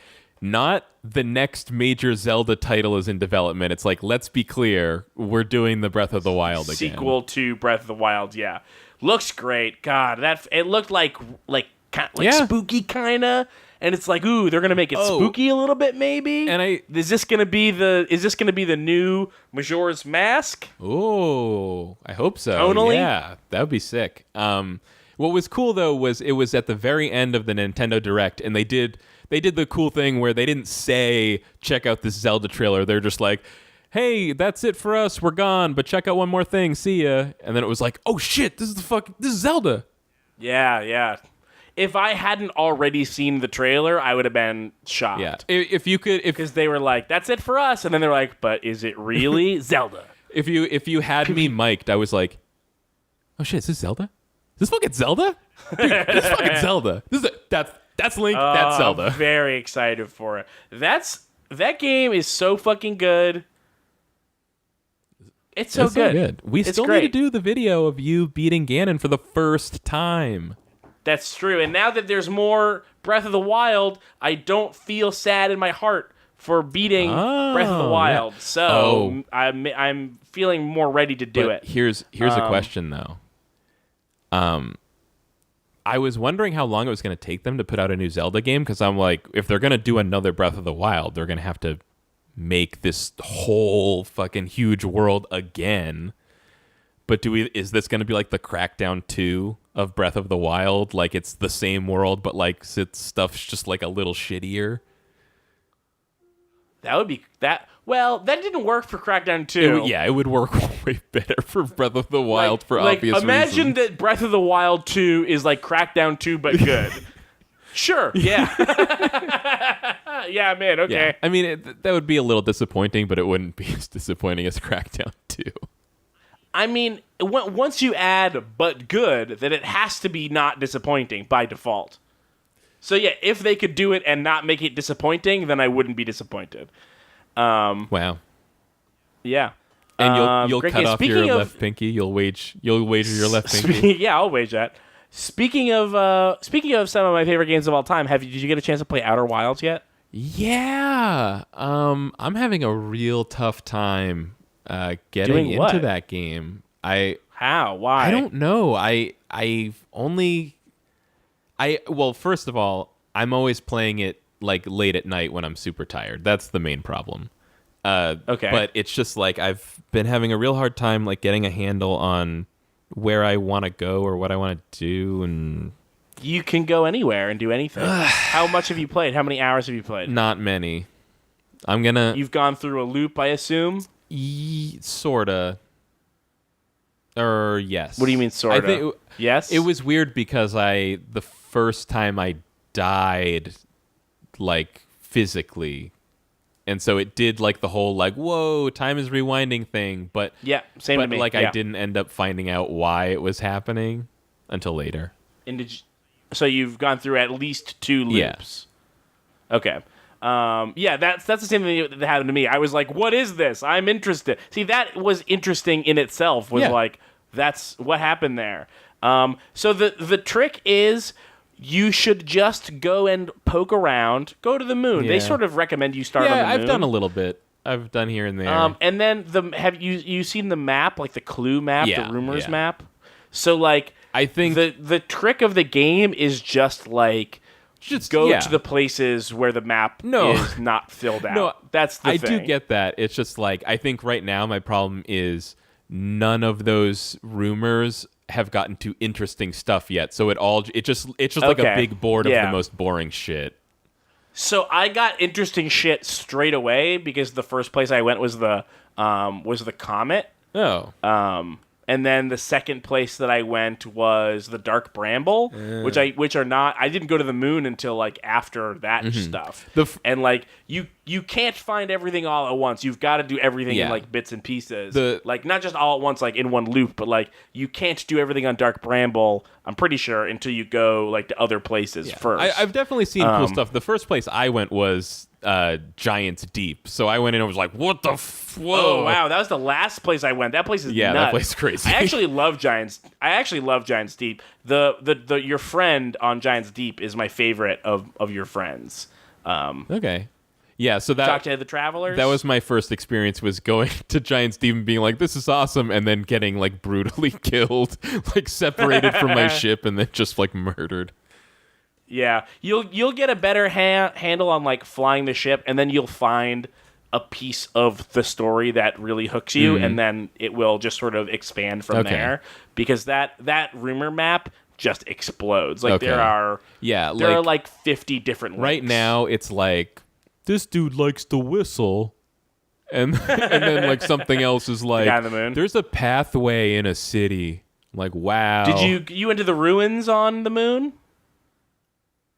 I don't know. Yes. The moon, the thing that they want you to see on the moon is that they've got alien ruins. Yes. And they want you to go and read that stuff. And they also want you to go. They also want you to go to his lookout bridge on the moon, and like listen. And he has like a notebook there that you read, and it's got a thing in there that it's not a huge thing, but it's just like wow, am I seeing what I'm seeing? What is all this? And that stuff is pretty interesting. That's like a good starting point, I think. Do Anyway, you have any more E3 games to run down? yeah, I got a couple small ones. Legend of Right. What is this? I don't Looks know. cool. What is that? What What is is that? Here's what I wrote. First game, I went to their website to figure out what it is. Cute website, Deskworks, 2-person team, RPG game by a creator, hopeful youth. But what is it? That was a direct quote. Handmade RPG. It looks like a game where you're playing like a high school kid's notebook full of doodles. Oh, yes. Okay. No, And it was yeah. like insane. That looked cool. Yeah. That looked cool. I don't know what the fuck it is or how you play it, but it looked interesting. Yeah, I mean, I don't very funny. need to know how to play something before I play it. Well, I want to know what playing it is like. I'm interested in knowing what I do in the game. Wasn't it like a turn-based RPG or something? It was not clear. Okay. It was not clear that that's Fair what enough. it was.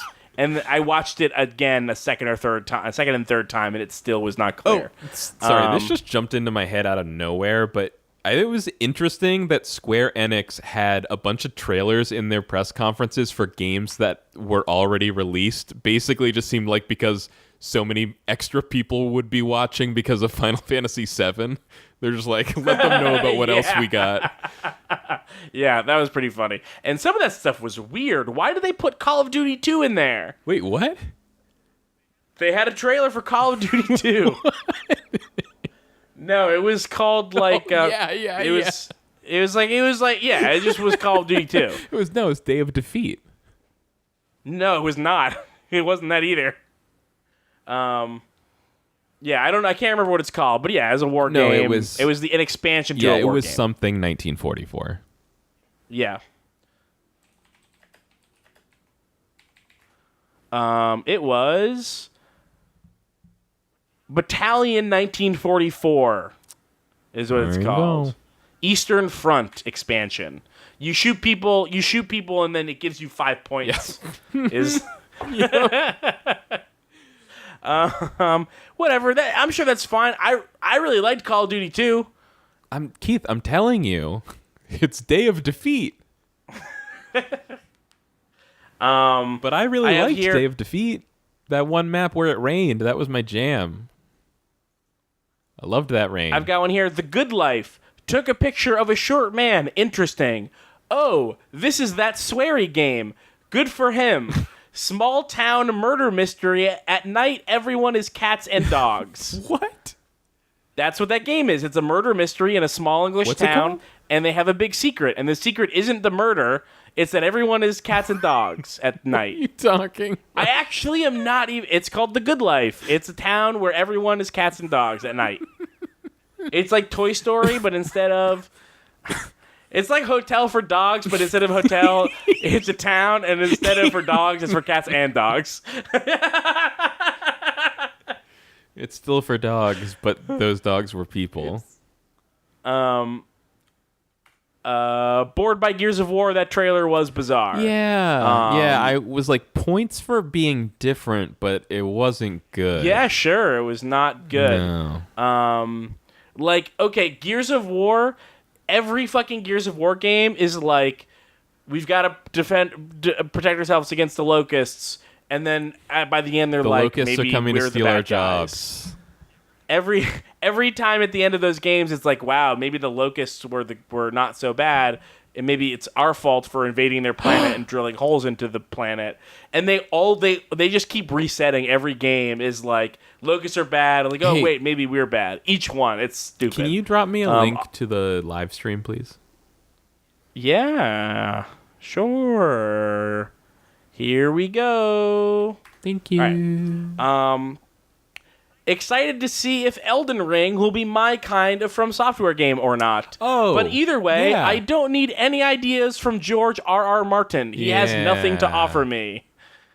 It looks good though, from what I've seen. I don't know what it looks like, but it looks seemed like interesting. Yeah, it totally looks like something. That's definitely I don't know what something. I don't know what George R.R. Martin has to do with hammering a thing and then it breaks, but whatever. You're not sure? What? I don't know. Do you know what hammering a thing until it breaks sounds like a George R. R. Martin's like wheelhouse. a TV show I know about. Here's something that we didn't talk about: new Xbox. Oh, well, that's neither did Microsoft. Hey, let's end with this. I don't really have anything interesting here except for that Telling Lies looks like maybe interesting, but maybe only because I didn't play Her Story, the FMV mystery from the Her Story people. And then I have the note here: why do I have access to these videos? That's a potential weird thing. Why does this person have these people's secret videos? Man, I'm being way too loud. I gotta be quiet, you guys. Okay, all right. Hey, Keith. Hey, Keith. Yeah. What game were you just talking about? Telling Lies. Telling Lies. Okay. Do you need me to re-say what I just said? No. Okay. Okay. So that's pretty much everything that I had worth saying. Man Eater. I want to be the big fish. I want to be that big fish. It's Echo the Dolphin, but you're a shark and you eat everyone. That sounds cool to me. And there's a skill trees or something. Yeah, were you just told to keep it down? Is that why you're whispering? No, I just realized I was being too loud. I guess there's not really anything to say about Xbox Scarlet is there? Do you want to read what I have verbatim? Sure. New Xbox Scarlet, spelled weird, play anywhere, connect across devices, 4 times more powerful than Xbox One X in, quote, pure processing power. Which doesn't mean 4 times as powerful. Right. It says, biggest console jump ever. Yeah, fucking right. Oh my god. New SSD that acts as virtual RAM. That's cool. It eats monsters for breakfast. Yeah, that was so bad. So there's a new Xbox. I'm shocked. Yeah, I knew that they were ready? I knew they were going to talk about the new Xbox this time, but like I thought they were going to like show a box. I thought they were going to have a real name. They didn't show it. They showed like some. They showed like. It doesn't even have a name yet. It's Project Scarlet. Well, they can't be outdone. They have to. Sony said some stuff, so they have to say some stuff, right? Well, no, I mean they're launching the thing next year. This is the natural time to start talking about it. Is it next year? Yeah. Really? Oh, wow. Yeah, that makes sense. Yeah, holiday 2020, right? I actually really like the name Scarlet. I wish that was just the name. And then I know you saw I tweeted about this, but like I want it to be called Scarlet and be red, and that's dope. Yeah, I would love it to be Scarlet or Crimson or one of those sorts of colors. Green's been their thing this whole time, and that's like it's like sort of iconic, but it's a little bit old, so now you could make it red for a little bit. You could have red game cases. It's cool. Well, there's not much green on the Xbox One. That's true. The Xbox One itself has no green on it. The cases are green, sure, but there's no green on the box. I mean, the 360 only had the green lights. You hear that? I put my hand on my table and my piano's on.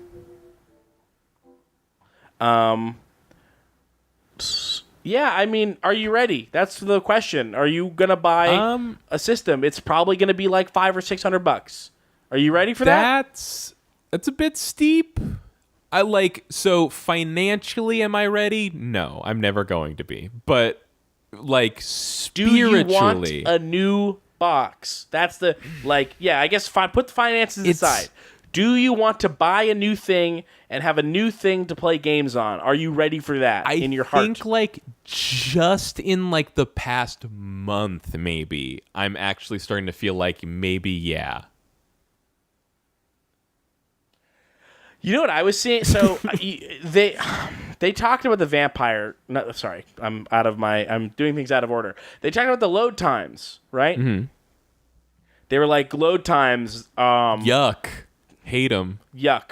Yeah, we all hate that. Yeah, I was like, I did hate that 15 years ago when they were a problem. Well, you know what? I just played a couple games where the load times are not so fucking hot. You know what?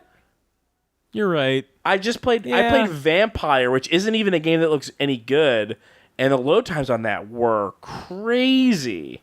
Or really, really nuts. Oh, really out there stuff. But then the thing is, they talk about the processing power, and they talk about no load times, and they talk about all this stuff, and it's like, why do you think that people are going to put their effort into not having a 5-second load time if it means they can have like a better looking game? Like, right? Who would choose that? Well, I mean, I don't necessarily. I mean, I think a game is going to fill the system's memory regardless. It's just a matter of how quickly that memory is able to be filled. But if they're maybe I'm not understanding what you're saying. But think of how good you can make a game look. Right. Without any load times at all. I know what you can make the game look better by adding load times. Right, but I don't think like more load time. It's just because it's loading information. It's not like making the game better. So like more loading isn't going to make it better. I mean, I don't think. I don't know. No, well, it would be processing power. It wouldn't be. Like, it needs time. It needs time to load. It needs more time to load more information. right? Yeah. I'm pretty sure that's how it works. Like, you could have a stick figure game that loads no fucking problem, no load times, right? But then you have a much bigger, more complicated game, and maybe you have a little bit of load times. Sorry, I had gotten a little distracted, but yeah. So where did we end up with this? Yeah, I mean, more information has to load more. It's so sorry. Right. What I thought you were saying is like, why, like, if this system is going to cut load times in half, aren't developers just going to... No, it said they were going to get rid of load times. Okay. But aren't you Yeah, just saying, big like, fucking promise. okay, let's say it's cut in half. Like, if this is going to cut load times in half, why wouldn't developers just double the load times again to make the game look better? Right. But I don't think that's how it works. Like, I don't think that would make the game look better. I mean, it's not like a one-to-one thing, but like if you are showing something that has extreme visual fidelity, I mean, it takes longer to load it. And so at some point you're going to hit a wall where it's like we either have to have a load time or have to not make this game look any better. I mean, I really don't know enough about how all that stuff works, but I mean, ultimately, if the load time stays the same but the game looks better, isn't that ultimately better because the game looks better?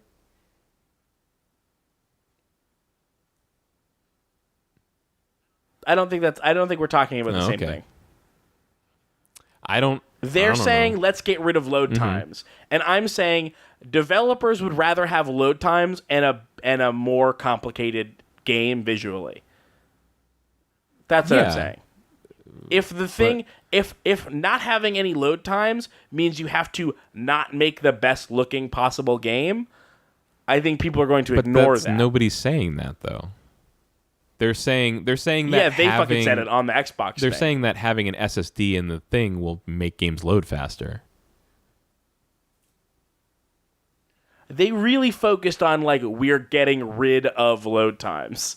They like kind of said no load times. I think they and Sony said a similar thing too. My memory of it was them. I don't remember like the right like grammatical term for it or whatever, but like I think they were sort of exaggerating, or they were saying it's like there's practically no load times or something like that. Sure. But then it's like it's the same question then. If you can have 1 second of load times instead of 9 seconds of load time, but that means that you can't make the game that you want to make because you've got to do it within the constraints of this 1 second load time. I don't think people are just going to make.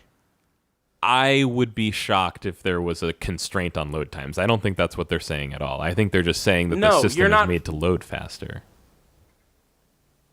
But they're not talking about like data per second. They're talking about load time. So the only number that matters is how long someone waits from when they click a button to go into the game to when they're playing the game. And so like it doesn't matter if like the game looks twice as good but the load time is the same. It's still, not a faster load time. Well, no, but they were talking about the system having an SSD, so that is them talking about more data per second.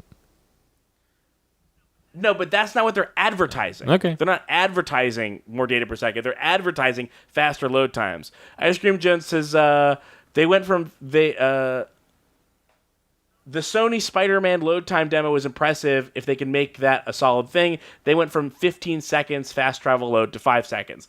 But what I'm saying is they're going to get to a point where you're going to have to choose between making a better and better looking game, which is what video game developers do, or maintaining the short load time.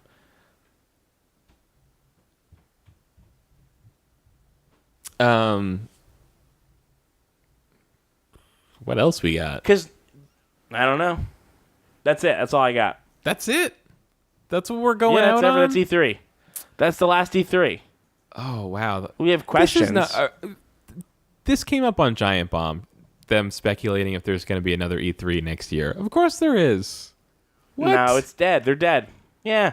No. We killed it. Keith, We killed it. I already cut off my left pinky, but I will cut off my right pinky if E3 does not come back next year. I saw a video of the show floor. It was like, you know how PAX is like Home Depot? This was like CVS. This was like a Walgreens. Like in terms of foot traffic? No, it also in terms of size. Oh, okay. Like the show floor was like, there was like 9 booths and like a huge empty space. Oh, I don't know. I wonder if maybe E3 goes away and then companies will still put out like press conferences in June or something. Yeah, I bet they will. I totally bet they'll all just do Nintendo Directs. Well, I think Square Enix got brilliant results from having an actual audience instead of a weird direct thing, because when Square Enix just hangs, it's real awkward, but when you have, like you said, a room full of sycophants to cheer at everything you say, it goes over way better. Yeah. Maybe that's weird. Sorry, I just saw this on Twitter. Phil Spencer confirms Phantasy Star Online 2 for PS4 and Nintendo Switch. That's a weird thing for Phil Spencer to confirm, right? Yeah. Wait, why is he out there announcing games for the Switch and for the PS4? That again? Phil Spencer confirms Phantasy Star Online 2 for PS4 and Nintendo Switch. Well, I think... Why is he the one confirming maybe that? It was one of those things where they said, is this an Xbox exclusive? And he went, oh, well, it's going to be on PS4 and Switch as well. And they were like, ooh, scoop. Scoop. Phil Spencer confirms. I just think it's a very funny thing. Sorry, it just came up on Twitter. No, you're right. That was funny. It's fun. It's like, what else is Phil Spencer out there confirming? Ooh, Animal Crossing New Horizons. Looks good. I heard an inside scoop on The Last of Us 2 from Phil Spencer. Shut up. Animal Crossing New Horizons. Yeah, I think that looked it definitely looked interesting to me. Visually, I thought they did a good job making that game look different and better. Yeah. I'm a famous Animal Crossing hater. Oh, okay. Got it. Nothing makes me fucking angrier than that Enough game. said. I seriously. I was like earlier. I was yelling to Isaac about how mad it makes me. God. And that's a game he bought me as a gift. Wow, So I have no filter when it comes to Animal Crossing. You have no filter. Period. They fucking they overcharged me to cut my hair, and I took a quiz for them to choose my style, and I looked up a cheat, and it still came out wrong, and I want to get another haircut, and they're like, no, if I give you another one today, nobody will recognize you. No one even fucking see me today. I'm still in here, and you didn't even cut my hair. You put just a machine on my fucking head. You idiot! God, I hate that game. Okay. Let me pick from a list what my hair looks like. I don't want to take a quiz that determines the size of my nose. It's stupid. You're not wrong. I'm not wrong. I know I'm not wrong. It looks like you can be black in this one. That's good. They were really bad about that forever. Oh, yeah. Yeah, you couldn't be black. Oh, God. And specifically, not just you, Kyle, but black people also Everyone couldn't be else, black. Yeah, also Yeah. the black people. Yeah, or anything. You couldn't be anything besides white, and you could get a tan if you wanted. Oh, that's right. You had to go get like extra tanned. What a bummer. Yeah, super bad. Anyway, and then, everybody's obsessed with how Tom Nook is obviously a villain, but, obviously I hate Tom Nook and I want to wring his stupid furry little neck, but, the game knows that about him, so I'm not, I don't hold that against the game, although it does, give me an extra fire inside. But, yeah, it's just, And they're so fucking. People love Isabella. She's so rude. She's awful to me. I am paying to be the mayor here because you trapped me in debt. I am giving everything I have to this town. Everything I fucking have to this town and more. Can I get a little gratitude from these fucking animals? Where's their decorum? If I know one thing, it's that God gave me dominion over the beasts of the land.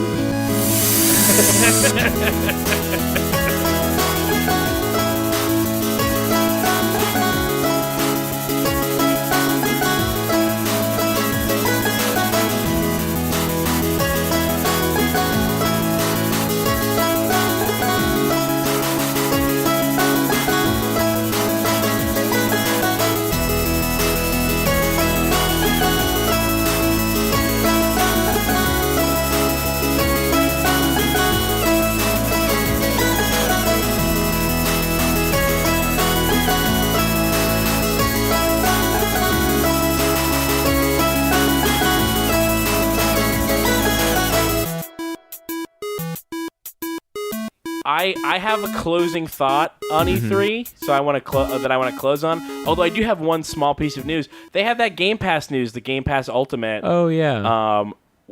Great fucking deal. I'm not, don't want to accidentally sell something for Microsoft, but it is now cheaper than I was paying for Gold and Games Pass. They launched Game Pass on PC, and all three of those things together is cheaper than the two that I was paying. Yeah, I guess they did it. Yeah, they gotcha. They did it, and they're putting Halo on it. And I said maybe someone besides Kyle will finally want to play Halo with me. What's wrong with Kyle wanting to play Halo with you? It's just you're the only one. We gotta do. Listen, I just want the variety is the spice of life. Yeah. You know why we gotta do these Halo Let's Plays? No, to show the world. What is more Keith and Kyle playing video games than Halo? Shenmue 2. No. Free on Games Pass. The price was never the barrier. No, but it's ease of access too. All right. What was your thing? I don't know. E3 this year. I only watched the press conference. I didn't really follow a lot of other stuff. I mean, it was fine. Right? Here's a tweet. I've never played a drinking game, but my E3 drinking game idea is whenever a presenter sets up for an applause break that doesn't happen, take a shot. Oof. Boy. Yeah, it's rough. Okay, here it is. Here's my final thoughts on E3 forever. E3 is big Jeb Bush please clap energy.